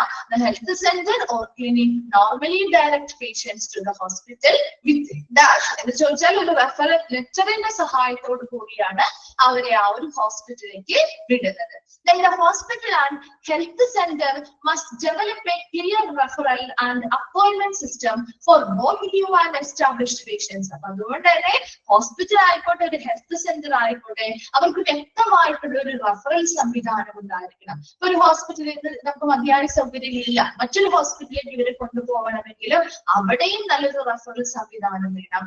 അതുപോലെ തന്നെ ഇപ്പൊ പുതിയതായിട്ട് വരുന്ന പേഷ്യൻസിനായിക്കോട്ടെ അല്ലെങ്കിൽ നിലവിൽ അവിടെയുള്ള പേഷ്യൻസിനും ഡോക്ടേഴ്സിനെ കൺസൾട്ട് ചെയ്യാനായിട്ടുള്ള നല്ലൊരു അപ്പോയിന്റ്മെന്റ് സംവിധാനവും ആ ഒരു സ്ഥാപനത്തിൽ ഉണ്ടായിരിക്കണം. ക്ലിയർ ആണല്ലോ? ആ ഒരു ഫസ്റ്റ് പോയിന്റ് റെഫറൽ ലെറ്റർ എന്നുള്ളതൊന്ന് നോക്കണം കേട്ടോ. നെക്സ്റ്റ് പറയുന്നത് റെഫറൽ ഓഫ് എ പേഷ്യന്റ്. ഇനി ഒരു പേഷ്യന്റിനെ റെഫർ ചെയ്യുമ്പോൾ കുറച്ച് കാര്യങ്ങൾ ശ്രദ്ധിക്കേണ്ടതായിട്ടുണ്ട്. The 3 copies should be received by the hospital. ഈ റെഫറൽ ലെറ്ററിലെ അതിന്റെ 3 കോപ്പി വേണം. അത്രയും നിങ്ങൾ സിമ്പിൾ ആയിട്ട് മനസ്സിലാക്കാൻ വേണ്ടി പറയുന്നത്. ഇത് വായിക്കുമ്പോൾ ചിലപ്പോൾ ഒരു കൺഫ്യൂഷൻ വരാം. The first 2 copies should be presented to the hospital by the patient, while the 3rd copy should be retained by the referring health center or clinic. അതായത് ഇവിടെ 3 കോപ്പി. ഇപ്പൊ നമ്മൾ ഒരു ഹെൽത്ത് സെന്ററോ അല്ലെങ്കിൽ ഒരു ക്ലിനിക്കിൽ നിന്നോ നിങ്ങൾ ജസ്റ്റ് ഒന്ന് ഇമാജിൻ ചെയ്യുക. നിങ്ങൾ ഒരു ഹെൽത്ത് സെന്ററിലോ അല്ലെങ്കിൽ ക്ലിനിക്കിൽ പോയി, അവിടെ പോയി കഴിഞ്ഞിട്ട് നമുക്ക് അവിടെ ട്രീറ്റ്മെന്റ് ഒക്കെ എടുത്തു കഴിഞ്ഞിട്ട് നമുക്ക് മാറുന്നില്ല. അപ്പൊ നമ്മളോട് അവിടുത്തെ ഡോക്ടർ പറയാണ് ഞാൻ ഇന്ന ഹോസ്പിറ്റലിലേക്ക് റെഫർ ചെയ്യാം എന്ന് പറയുമ്പോൾ ആ ഒരു റെഫറൽ ലെറ്റർ ആ ഹോസ്പിറ്റലിലെ ഡോക്ടറാണ് നമുക്ക് തയ്യാറാക്കി തരിക അല്ലെ. അപ്പൊ അവര് 3 കോപ്പി ഉണ്ടാക്കും. അതിന്റെ റെഫറൽ ലെറ്ററിന്റെ 3 കോപ്പി. അതിൽ 1ാമത്തെ കോപ്പി എന്ന് പറയുന്നത് ആ ഒരു ഹെൽത്ത് സെന്റർ അല്ലെങ്കിൽ ക്ലിനിക്കിൽ തന്നെ സൂക്ഷിക്കും. മനസ്സിലായോ? 3 കോപ്പി ഇല്ലേ? അതിൽ ഒരെണ്ണം അവരുടെ റെഫർ ചെയ്തു എന്നുള്ളതിന്റെ തെളിവായിട്ട് അവർ ആ ഒരു ക്ലിനിക്കിലുള്ളവരുടെ റെക്കോർഡിനുള്ളിൽ തന്നെ അവർ ഒരെണ്ണം സൂക്ഷിക്കും. ബാക്കി 2 എണ്ണം ഇല്ലേ? ഉണ്ടോ? മനസ്സിലാവുന്നില്ലേ മിസ് പറയുന്നത്? നിങ്ങൾ ഇപ്പൊ ഇതിൽ മനസ്സിലാക്കാൻ വേണ്ടി ഇങ്ങനെ പറഞ്ഞത്. ബാക്കി 2 എണ്ണം ഇല്ലേ? ആ 2 കോപ്പീസ് ഇവർ ഏത് ഹോസ്പിറ്റലിലേക്കാണോ റെഫർ ചെയ്തിരിക്കുന്നത് ആ ഹോസ്പിറ്റലിലേക്ക് കൊണ്ടുപോകാൻ വേണ്ടി ഇവരെ കൊടുത്തുവിടും. മനസ്സിലായോ? 2 കോപ്പി ഇവരുടെ കയ്യിൽ കൊടുത്തുവിടും ആ ഹോസ്പിറ്റലിൽ കൊടുക്കാൻ വേണ്ടി. ഒരെണ്ണം ആ ഒരു ഹെൽത്ത് സെന്ററിലും ക്ലിനിക്കിൽ തന്നെ സൂക്ഷിക്കും. ഇപ്പൊ 3 എണ്ണം കിട്ടിയില്ലേ? ഇപ്പൊ 2 എണ്ണം എവിടെ ഇരിക്കുന്നേ? അവനെ റെഫർ ചെയ്ത് പോയിട്ടുള്ള ആ ഹോസ്പിറ്റലിലല്ലേ? ആണോ? അവന് റെഫർ ചെയ്ത് പോയിട്ടുള്ള ഹോസ്പിറ്റലിലെ 2 എണ്ണം കൊടുത്തിരിക്കുന്നേ. പറയണ്ടേ 2 കോപ്പി ഇരിക്കില്ല എന്നുള്ളതാണ് ഇനി പറയാൻ പോകുന്നത്. ഇനി ആഫ്റ്റർ ട്രീറ്റ്മെന്റ് നമുക്ക് അവർക്ക് അതിനനുസരിച്ചുള്ള റെഫർ ചെയ്തതിനനുസരിച്ചുള്ള ട്രീറ്റ്മെന്റ് നമ്മൾ ആ റെഫർ ചെയ്ത് പോയ ഹോസ്പിറ്റലിൽ തന്നു എന്ന് വിചാരിക്കും. ഇനി അവർ ട്രീറ്റ്മെന്റ് ചെയ്ത് കഴിഞ്ഞു the first copy should be passed on the health center or hospital as feedback information and the second copy should be retained in the hospital. 2 copy already ആ ഒരു ഹോസ്പിറ്റലിൽ ഉണ്ടല്ലോ. നമുക്ക് ആവശ്യമുള്ള ട്രീറ്റ്മെന്റ് ആ ഹോസ്പിറ്റലുകാർ തന്നു. ഇനി ഇവര് ഈ ഒരു കോപ്പി ഇല്ലേ? അതിൽ 1 കോപ്പി, അതായത് ആ 2 എണ്ണം ഉള്ളതിൽ 1 കോപ്പി ഇവർ ആ ഹെൽത്ത് സെന്ററിലേക്ക് അല്ലെങ്കിൽ നമ്മുടെ റെഫർ ചെയ്തത് ഏത് ഹെൽത്ത് സെന്ററിൽ നിന്നാവാം, ചിലപ്പോൾ ചെറിയൊരു ഒരു ഹോസ്പിറ്റലിൽ നിന്നാവാം, ചിലപ്പോൾ നമ്മൾ റെഫർ ചെയ്തിരിക്കുന്നത് അല്ലെ. അപ്പൊ അവിടേക്ക് തന്നെ തിരിച്ച് ഫീഡ്ബാക്ക് ഇൻഫർമേഷൻസ് ആയിട്ട് തിരികെ വിടും. മനസ്സിലാവുന്നുണ്ടോ? ആ ഒരു ഹെൽത്ത് സെന്ററിൽ നിന്നാണ് നമ്മളെ റെഫർ ചെയ്തിരിക്കുന്നതെങ്കിൽ ആ ഹോസ്പിറ്റല് നമുക്ക് ആവശ്യമുള്ള ട്രീറ്റ്മെന്റ് ചെയ്ത് കഴിയുമ്പോൾ അവരുടെ ഇരിക്കുന്ന 2 റെഫറൽ ലെറ്ററിൽ 1 എണ്ണം തിരികെ ഫീഡ്ബാക്ക് ഇൻഫർമേഷൻ ആയിട്ട് ആ ഹെൽത്ത് സെന്ററിലേക്ക് തന്നെ തിരിച്ചു വിടുന്നു. ഇനി ബാക്കി 1 എണ്ണം ഇല്ലേ ഹോസ്പിറ്റലില്? അതെന്ത് ചെയ്യും അവര്? അത് അവിടെ തന്നെ സൂക്ഷിക്കും. മനസ്സിലായോ? അപ്പൊ ഇപ്പൊ 2 എണ്ണം ഇപ്പൊ പിന്നെ ലാസ്റ്റ് അവിടെ തന്നെ വന്നു. 2 എണ്ണം അവിടെ തന്നെ വന്നു. ഹെൽത്ത് സെന്റർ ആണെങ്കിൽ ആ ഹെൽത്ത് സെന്ററിലേക്ക് വന്നോ? മനസ്സിലായോ? മിസ് പറഞ്ഞത് മനസ്സിലായോ നിങ്ങൾക്ക്? അത് മനസ്സിലാക്കിയെടുക്കാൻ അല്ലെങ്കിൽ നിങ്ങൾ വായിക്കുമ്പോൾ മനസ്സിലാവില്ല. അതുകൊണ്ട് മിസ് പറഞ്ഞേനെ. അപ്പൊ 3 റെഫറൽ ലെറ്ററുകൾ തയ്യാറാക്കും. ഒരു ഹെൽത്ത് സെന്റർ, നിങ്ങൾ അത്രയും മാത്രം നമ്മളൊരു ക്ലിനിക്കില് അല്ലെങ്കിൽ ഒരു ഹെൽത്ത് സെന്ററിൽ പോയി ആ ഹെൽത്ത് സെന്ററിൽ നിന്ന് നമ്മൾ റെഫർ ചെയ്യാണ്, ഇന്ന ഹോസ്പിറ്റലിലേക്ക് റെഫർ ചെയ്യുന്നു. അപ്പൊ ആ ഡോക്ടർ നമുക്ക് 3 റെഫറൽ ലെറ്റർ തയ്യാറാക്കി തരും. അതിൽ ഒരെണ്ണം അവർ ആ ഹെൽത്ത് സെന്ററിൽ തന്നെ സൂക്ഷിക്കും, 2 എണ്ണം ആ ഹോസ്പിറ്റലിലേക്ക് കൊടുത്തുവിടും. അതിൽ ഹോസ്പിറ്റലിൽ ചെന്ന് നമുക്ക് ആവശ്യമുള്ള ട്രീറ്റ്മെന്റ് ഈ റെഫറൽ പ്രകാരം നമുക്ക് ആവശ്യമുള്ള ട്രീറ്റ്മെന്റ് ഒക്കെ ചെയ്ത് കഴിയുമ്പോൾ ആ ഹോസ്പിറ്റലുകാര് ഈ ഹെൽത്ത് സെന്ററിലേക്ക് ഒരു ഫീഡ്ബാക്ക് ഇൻഫർമേഷൻ പോലെ നമുക്ക് ഒരെണ്ണം തിരികെ അയക്കും, ആ ഹെൽത്ത് സെന്ററിലേക്ക് അയക്കും. ബാക്കി ഉള്ള ഒരെണ്ണം ആ ഹോസ്പിറ്റലിൽ തന്നെ അവർ സൂക്ഷിക്കും. ക്ലിയർ ആണോ? മനസ്സിലായോ? ഓക്കെ. അപ്പൊ ഈ ഒരു റെഫറൽ ഓഫ് എ പേഷ്യന്റ് എന്ന് പറഞ്ഞാൽ ഇങ്ങനെയാണ് അവിടുത്തെ പ്രൊസീജിയേഴ്സ് ചെയ്യുക. അപ്പൊ അത് കൃത്യമായിട്ട് അവർക്ക് ട്രീറ്റ്മെന്റുകൾ കിട്ടി, നമ്മൾ റെഫർ ചെയ്ത പ്രകാരമുള്ള ട്രീറ്റ്മെന്റ് കിട്ടി എന്നുള്ള ഫീഡ്ബാക്ക് ഇൻഫർമേഷൻ ആയിട്ടാണ് രണ്ടാമത്തത് നമ്മുടെ ആ ഒരു ഹെൽത്ത് സെന്ററിലേക്ക് വരുന്നത്. ഈ ഒരു 3 രീതി, ഈ ഒരു പ്രൊസീജിയർ ആണ് എല്ലാ സ്ഥലങ്ങളിലും ഫോളോ ചെയ്യുന്നത്. ക്ലിയർ അല്ലേ? റെഫറൽ ഓഫ് എ പേഷ്യന്റ് ഇങ്ങനെയൊന്ന് നിങ്ങളൊന്ന് മൈൻഡിൽ മനസ്സിലാക്കി വെച്ചാൽ നിങ്ങൾക്ക് പിന്നെ അത് എന്ത് ചെയ്യില്ല, വായിക്കുമ്പോഴാണെങ്കിലും പെട്ടെന്ന് കിട്ടും. അല്ലാതെ വെറുതെ വായിച്ചു പോയി കഴിഞ്ഞാൽ നിങ്ങൾക്ക് അത് കണക്ട് ചെയ്യാൻ പറ്റില്ല. അതുകൊണ്ടാണ് കൺഫ്യൂഷൻ വരും. ഓക്കെ ആണോ? Referral of a patient clear ആണോ? അടുത്ത ഭാഗം പറയാലോ. ഓക്കെ. അടുത്തത് പറയുന്നത് out patient clinics. The name of all outpatient clinics that with the name of the clinic shelf in the hospital should be revealed in the main entrance of the outpatient department. നിങ്ങൾ കണ്ടിട്ടുണ്ടോ? നമ്മളൊരു out patient ഡിപ്പാർട്ട്മെന്റിലേക്ക് അല്ലെങ്കിൽ ആ ഹോസ്പിറ്റലിലെ main എൻട്രൻസിലേക്ക് നമ്മൾ കയറുമ്പോൾ, main entrance കൂടുതൽ നമ്മൾ ഔട്ട് പേഷ്യന്റുമായി ബന്ധപ്പെട്ടല്ലേ ആ ഒരു മെയിൻ എൻട്രൻസ് വെക്കുക അല്ലെ? അപ്പൊ അവിടേക്ക് കയറുന്ന സമയത്ത് അവിടെ വലിയൊരു ബോർഡില് ഇവിടെയുള്ള വർക്ക് ചെയ്യുന്ന ഡോക്ടേഴ്സിന്റെ പേരുകളും അവരുടെ സ്പെഷ്യലൈസേഷൻസും ഒക്കെ എഴുതി വെച്ചിട്ടുണ്ടാവും. കണ്ടിട്ടുണ്ടോ? ആ ഹോസ്പിറ്റലിൽ വർക്ക് ചെയ്യുന്ന എല്ലാ ഡോക്ടേഴ്സിന്റെയും പേരുകളും അവർ ഏതൊക്കെ മേഖലയിൽ സ്പെഷ്യലൈസ്ഡ് ആയിട്ടുള്ളതാണ് എന്ന് കണ്ടിട്ടില്ലേ? അപ്പൊ അങ്ങനെ വെക്കണം എന്നാ പറയുന്നത്. അപ്പൊ ഔട്ട് പേഷ്യന്റ് ക്ലിനിക്കുകൾ അല്ലെങ്കിൽ ഔട്ട് പേഷ്യന്റുമായി ബന്ധപ്പെട്ട് നമ്മൾ മെയിൻ എൻട്രൻസിൽ കയറുമ്പോൾ തന്നെ ആ ഒരു ഔട്ട് പേഷ്യന്റ് ഡിപ്പാർട്ട്മെന്റിനെ അടുത്തായിട്ട് അവിടെ എന്തൊക്കെ ഡോക്ടേഴ്സ് അല്ലെങ്കിൽ കൺസൾട്ടൻസ് ആരൊക്കെ ഉണ്ടോ, അവർ ഏതൊക്കെ മേഖലയിൽ സ്പെഷ്യലൈസ്ഡ് ആയിട്ടുള്ള ആളുകളാണ്, അതിൽ തന്നെ ചീഫ് കൺസൾട്ടന്റ് ഉണ്ടാവും അല്ലെ? ഓരോ വിഭാഗത്തിനെയും ചീഫായിട്ട് ഓരോരുത്തർ നിയമിച്ചിട്ടുണ്ടാവുമല്ലോ, ഹെഡായിട്ട് ഇല്ലേ? ഒരു ഓർത്തോയിന്റെ ആണെങ്കിൽ ഇന്നൊരു വ്യക്തി ആയിരിക്കും അതിന് ഹെഡ്. ചിലപ്പോൾ പല ഡോക്ടേഴ്സ് ഉണ്ടാവും അതുമായി ബന്ധപ്പെട്ട്. അതുപോലെ നമ്മുടെ ജനറൽ മെഡിസിനുമായി ബന്ധപ്പെട്ടാണെങ്കിൽ അതിലൊരാളുണ്ടാവും. കണ്ടിട്ടില്ലേ അങ്ങനെ നിങ്ങള്? അതിൽ തന്നെ ഒരു ചീഫ് ഉണ്ടാവും. കണ്ടിട്ടുണ്ടോ? എന്താണ് റിപ്ലൈ ചെയ്യാതിരിക്കുന്നത്? കണ്ടിട്ടില്ലേ? അപ്പൊ അങ്ങനെ ചീഫ് കൺസൾട്ടന്റ് ആരാണ്? അതുപോലെ തന്നെ നമ്മൾ ഇപ്പൊ ഒരു വെയിറ്റ് ചെയ്തിരിക്കും, നമ്മൾ ആ ഒരു ഔട്ട്പേഷ്യന്റ് ഏരിയയിൽ വെയിറ്റ് ചെയ്തിരിക്കുമ്പോൾ ഓരോ റൂമിന്റെ പുറത്തും ആ ഉള്ളിലിരിക്കുന്ന ഡോക്ടർ, കൺസൾട്ടന്റ് ഡോക്ടർ ഏതാണോ അവരുടെ പേരും ഡീറ്റെയിൽസും ഉണ്ടാവില്ലേ? അത് കണ്ടിട്ടില്ലേ? ആ ഓരോ റൂമിന്റെ പുറത്തും എഴുതി വെക്കുന്നത് അതാണ് ഇവിടെ പറയുന്നത്. Okay, outpatient clinics, the name of all outpatient clinics with the name of the clinic shifts in the hospital should be reviewed in the main entrance of the outpatient department. Or outpatient department in the main entrance is the name. നമ്മുടെ അവിടുത്തെ ആ ഒരു മുഴുവൻ ഏതൊക്കെ clinical chief ആയിട്ടുള്ള doctors അല്ലെങ്കിൽ consultants ഉണ്ടോ അവരുടെ മുഴുവനായിട്ടുള്ള പേരും അവരുടെ ഡെസിഗ്നേഷൻസും കാര്യങ്ങളും ഒക്കെ നമ്മൾ അവിടെ കൃത്യമായിട്ട് എന്ത് ചെയ്യണം, പ്രദർശിപ്പിക്കണം. And the name of the chief consultant should also be revealed. അവിടെയുള്ള ചീഫ് കൺസൾട്ടന്റ് ആരാണോ അവരുടെ പേരും നമ്മൾ പ്രദർശിപ്പിക്കണം. അതോടൊപ്പം തന്നെ ആ ഓരോ റൂമുകളിലും ആ ഇന്ന വ്യക്തിയാണ്, ഇന്ന ഡോക്ടറാണ് അവിടെ ഇരിക്കുന്നത്, അവർ ഇന്ന ക്വാളിഫിക്കേഷൻസ് ഉള്ളവരാണ് അല്ലെങ്കിൽ ഇന്നത്തെ സ്പെഷ്യലൈസ്ഡ് ആയിട്ടുള്ളതാണ് എന്നും പ്രദർശിപ്പിച്ചിരിക്കണം. പേരാണോ ഔട്ട് പേഷ്യന്റ് ക്ലിനിക്കുമായി ബന്ധപ്പെട്ട കാര്യങ്ങള്? ഓക്കെ ആണോ? ഓക്കെ. അടുത്തത് ആക്സിഡന്റ് ആൻഡ് എമർജൻസി സർവീസ്. ഇവിടെ നിങ്ങൾക്ക് ഒരു കൂട്ടം ഒരു കാര്യം നമ്മൾ കൃത്യമായിട്ട് നമ്മൾ നേരത്തെ കോപ്പി പറഞ്ഞ പോലെ തന്നെ ഇവിടെയും ഒരു കൺഫ്യൂഷൻ വരാവുന്നതാണ് കേട്ടോ.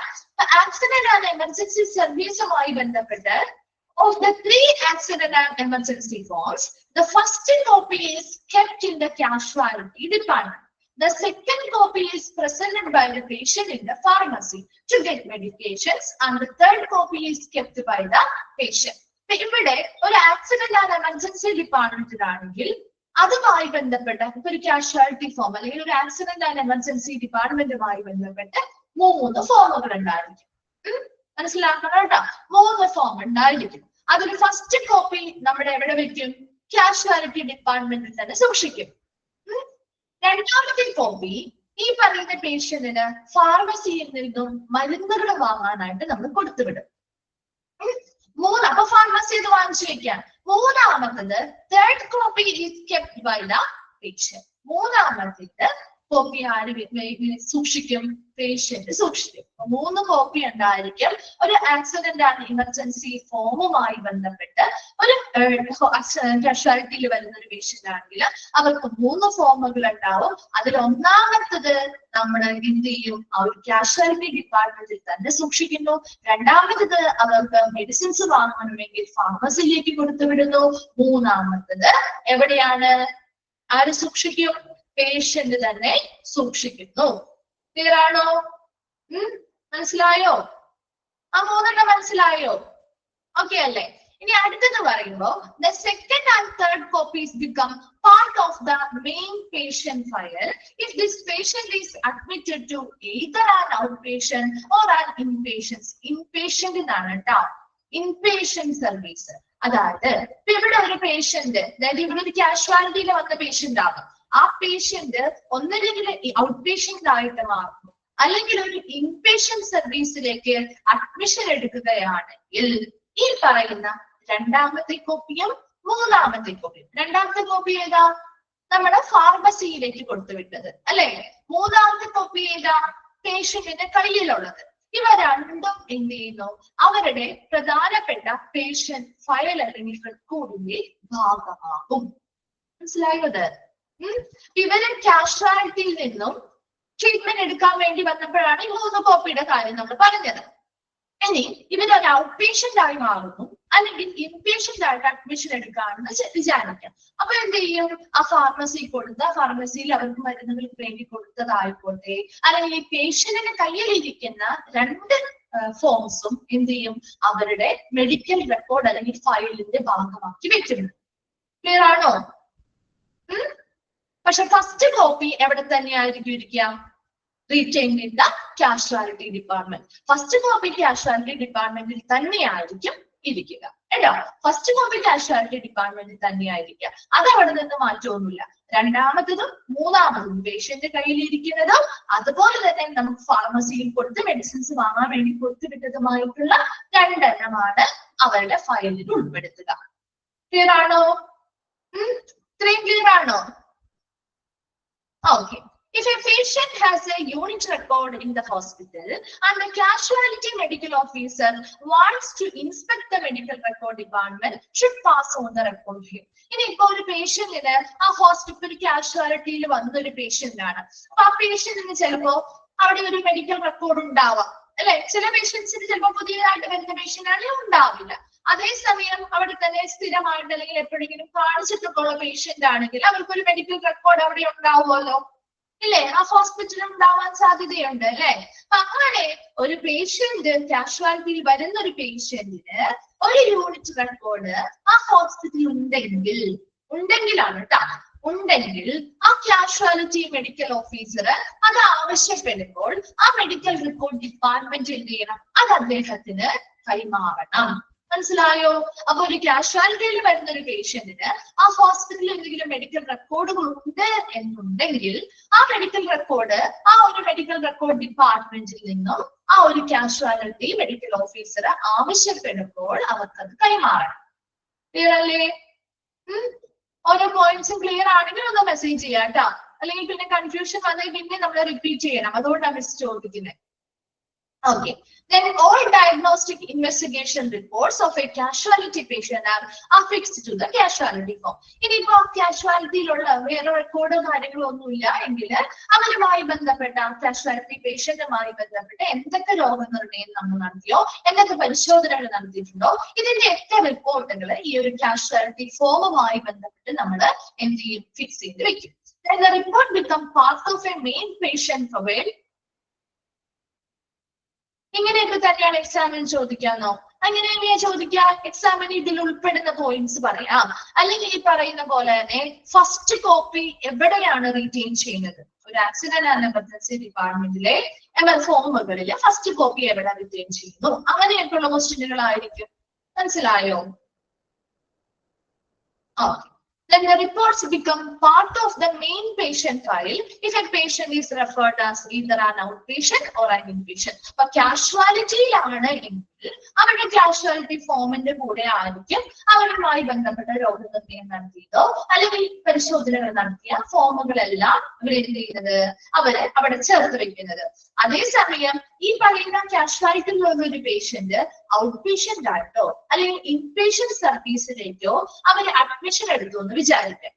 അങ്ങനെയാണെങ്കിൽ അത് അവരുടെ മെയിൻ പേഷ്യന്റ് ഫയലിന്റെ ഭാഗമാക്കി മാറ്റും. മനസ്സിലായോ? അപ്പൊ മറ്റു കാഷ്വാലിറ്റിയിൽ മാത്രമാണ് അവർ ട്രീറ്റ്മെന്റ് എടുക്കുന്നതെങ്കിൽ ആ ഒരു കാഷ്വാലിറ്റിയുടെ ആ ഫോമിന്റെ കൂടെ തന്നെ നമ്മൾ ഫിക്സ് ചെയ്ത് വെക്കുകയാണ് ചെയ്യുക. അതല്ല അവര് ഔട്ട് പേഷ്യന്റോ ഇൻപേഷ്യന്റോ സർവീസ് ആയിട്ടുള്ളത് എടുത്തിട്ടുണ്ടെങ്കിൽ, അഡ്മിഷൻ എടുത്തിട്ടുണ്ടെങ്കിൽ അവരുടെ മെയിൻ പേഷ്യന്റ് ഫയലിന്റെ ഭാഗമാക്കി ആ പറയുന്ന ഡയഗ്നോസ്റ്റിക് ആൻഡ് ഇൻവെസ്റ്റിഗേഷൻ റിപ്പോർട്ടുകൾ വെക്കും. ക്ലിയർ ആണോ? ഇത്രയും വരെ ഓക്കെ ആണോ?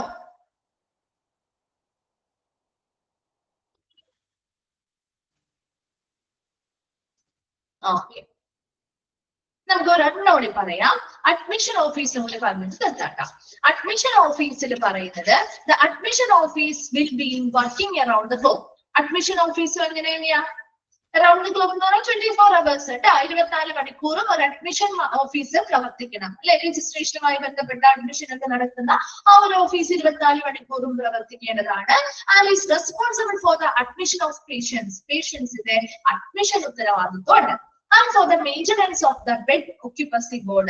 അപ്പൊ നമുക്കറിയാം, ഇപ്പൊ ഒരു ഹോസ്പിറ്റലിൽ ചെന്നാൽ ഹോസ്പിറ്റലിൽ എത്രത്തോളം ബെഡ് കപ്പാസിറ്റി ഉണ്ട്, അതിൽ എത്രത്തോളം ബെഡുകൾ ഓൾറെഡി മറ്റു പേഷ്യൻസ് ഒക്യുപ്പൈഡ് ആണ്, ഇങ്ങനെയുള്ള കാര്യങ്ങളൊക്കെ കൃത്യമായിട്ട് ഇവരാണ് മെയിൻറ്റെയിൻ ചെയ്യേണ്ടത്. അപ്പൊ അപ്ഡേറ്റ് ചെയ്യണം. എത്ര ബെഡ് ഓൾറെഡി വെക്കൻറ്റ് ഉണ്ട്, എത്ര ബെഡ് ഓൾറെഡി എന്താണ് അവിടെ എന്താണ് ഫിൽ ചെയ്തിട്ടുണ്ട്, അങ്ങനെയുള്ള കാര്യങ്ങളൊക്കെ അറിഞ്ഞാൽ മാത്രമല്ലേ നമുക്ക് അവിടെ പേഷ്യൻസിന് അഡ്മിഷൻ കൊടുക്കാൻ പറ്റുള്ളൂ അല്ലെ. ഇപ്പൊ ഒരു ഇൻപേഷ്യന്റ് സർവീസിലേക്ക് ഒരാൾ അഡ്മിഷൻ എടുത്തു കഴിഞ്ഞാൽ പിന്നെ എന്നിട്ട് നമുക്ക് അവരുടെ റൂമില്ല എന്ന് പറയാൻ പറ്റുമോ? അല്ലെങ്കിൽ വാർഡില്ല, സ്ഥലമില്ല, അല്ലെങ്കിൽ ബെഡില്ല എന്ന് പറയാൻ പറ്റില്ലല്ലോ. അപ്പൊ അവിടെ കൃത്യമായിട്ട് അവിടെ വാർഡിലെയും റൂമുകളൊക്കെ എത്ര എണ്ണം ഓൾറെഡി ആളുകളുണ്ട്, എത്ര പേഷ്യൻസ് ഇല്ലാത്ത ബെഡുകളുണ്ട്, ഇങ്ങനെയുള്ള കാര്യങ്ങളൊക്കെ കൃത്യമായിട്ട് മെയിൻറ്റെയിൻ ചെയ്യുന്നത് ഈ ഒരു അഡ്മിഷൻ ഓഫീസാണ്. അതുപോലെ തന്നെ for the safe keeping of patients property if there is any absence of a patient relative. ചില പേഷ്യൻസിന്റെ കൂടെ അവരുടെ പേഷ്യൻസ് റിലേറ്റീവ് കാര്യങ്ങളോ ഇല്ല എന്ന് വിചാരിക്കുക. അപ്പൊ അവരുടെ വിലപ്പെട്ട വസ്തുക്കളൊക്കെ ഉണ്ടാകുമല്ലോ.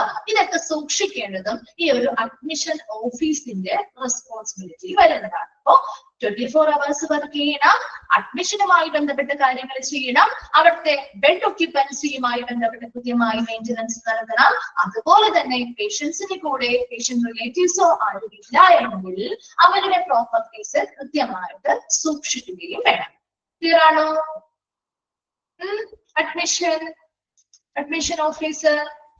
ഓക്കെ, അടുത്ത ക്ലാസ്സിൽ വരുമ്പോൾ ഒന്ന് വായിച്ചിട്ട് വരാം കേട്ടോ. ഡൗട്ട്സ് എന്തെങ്കിലും ഉണ്ടെങ്കിൽ ചോദിക്കാം. Thank you.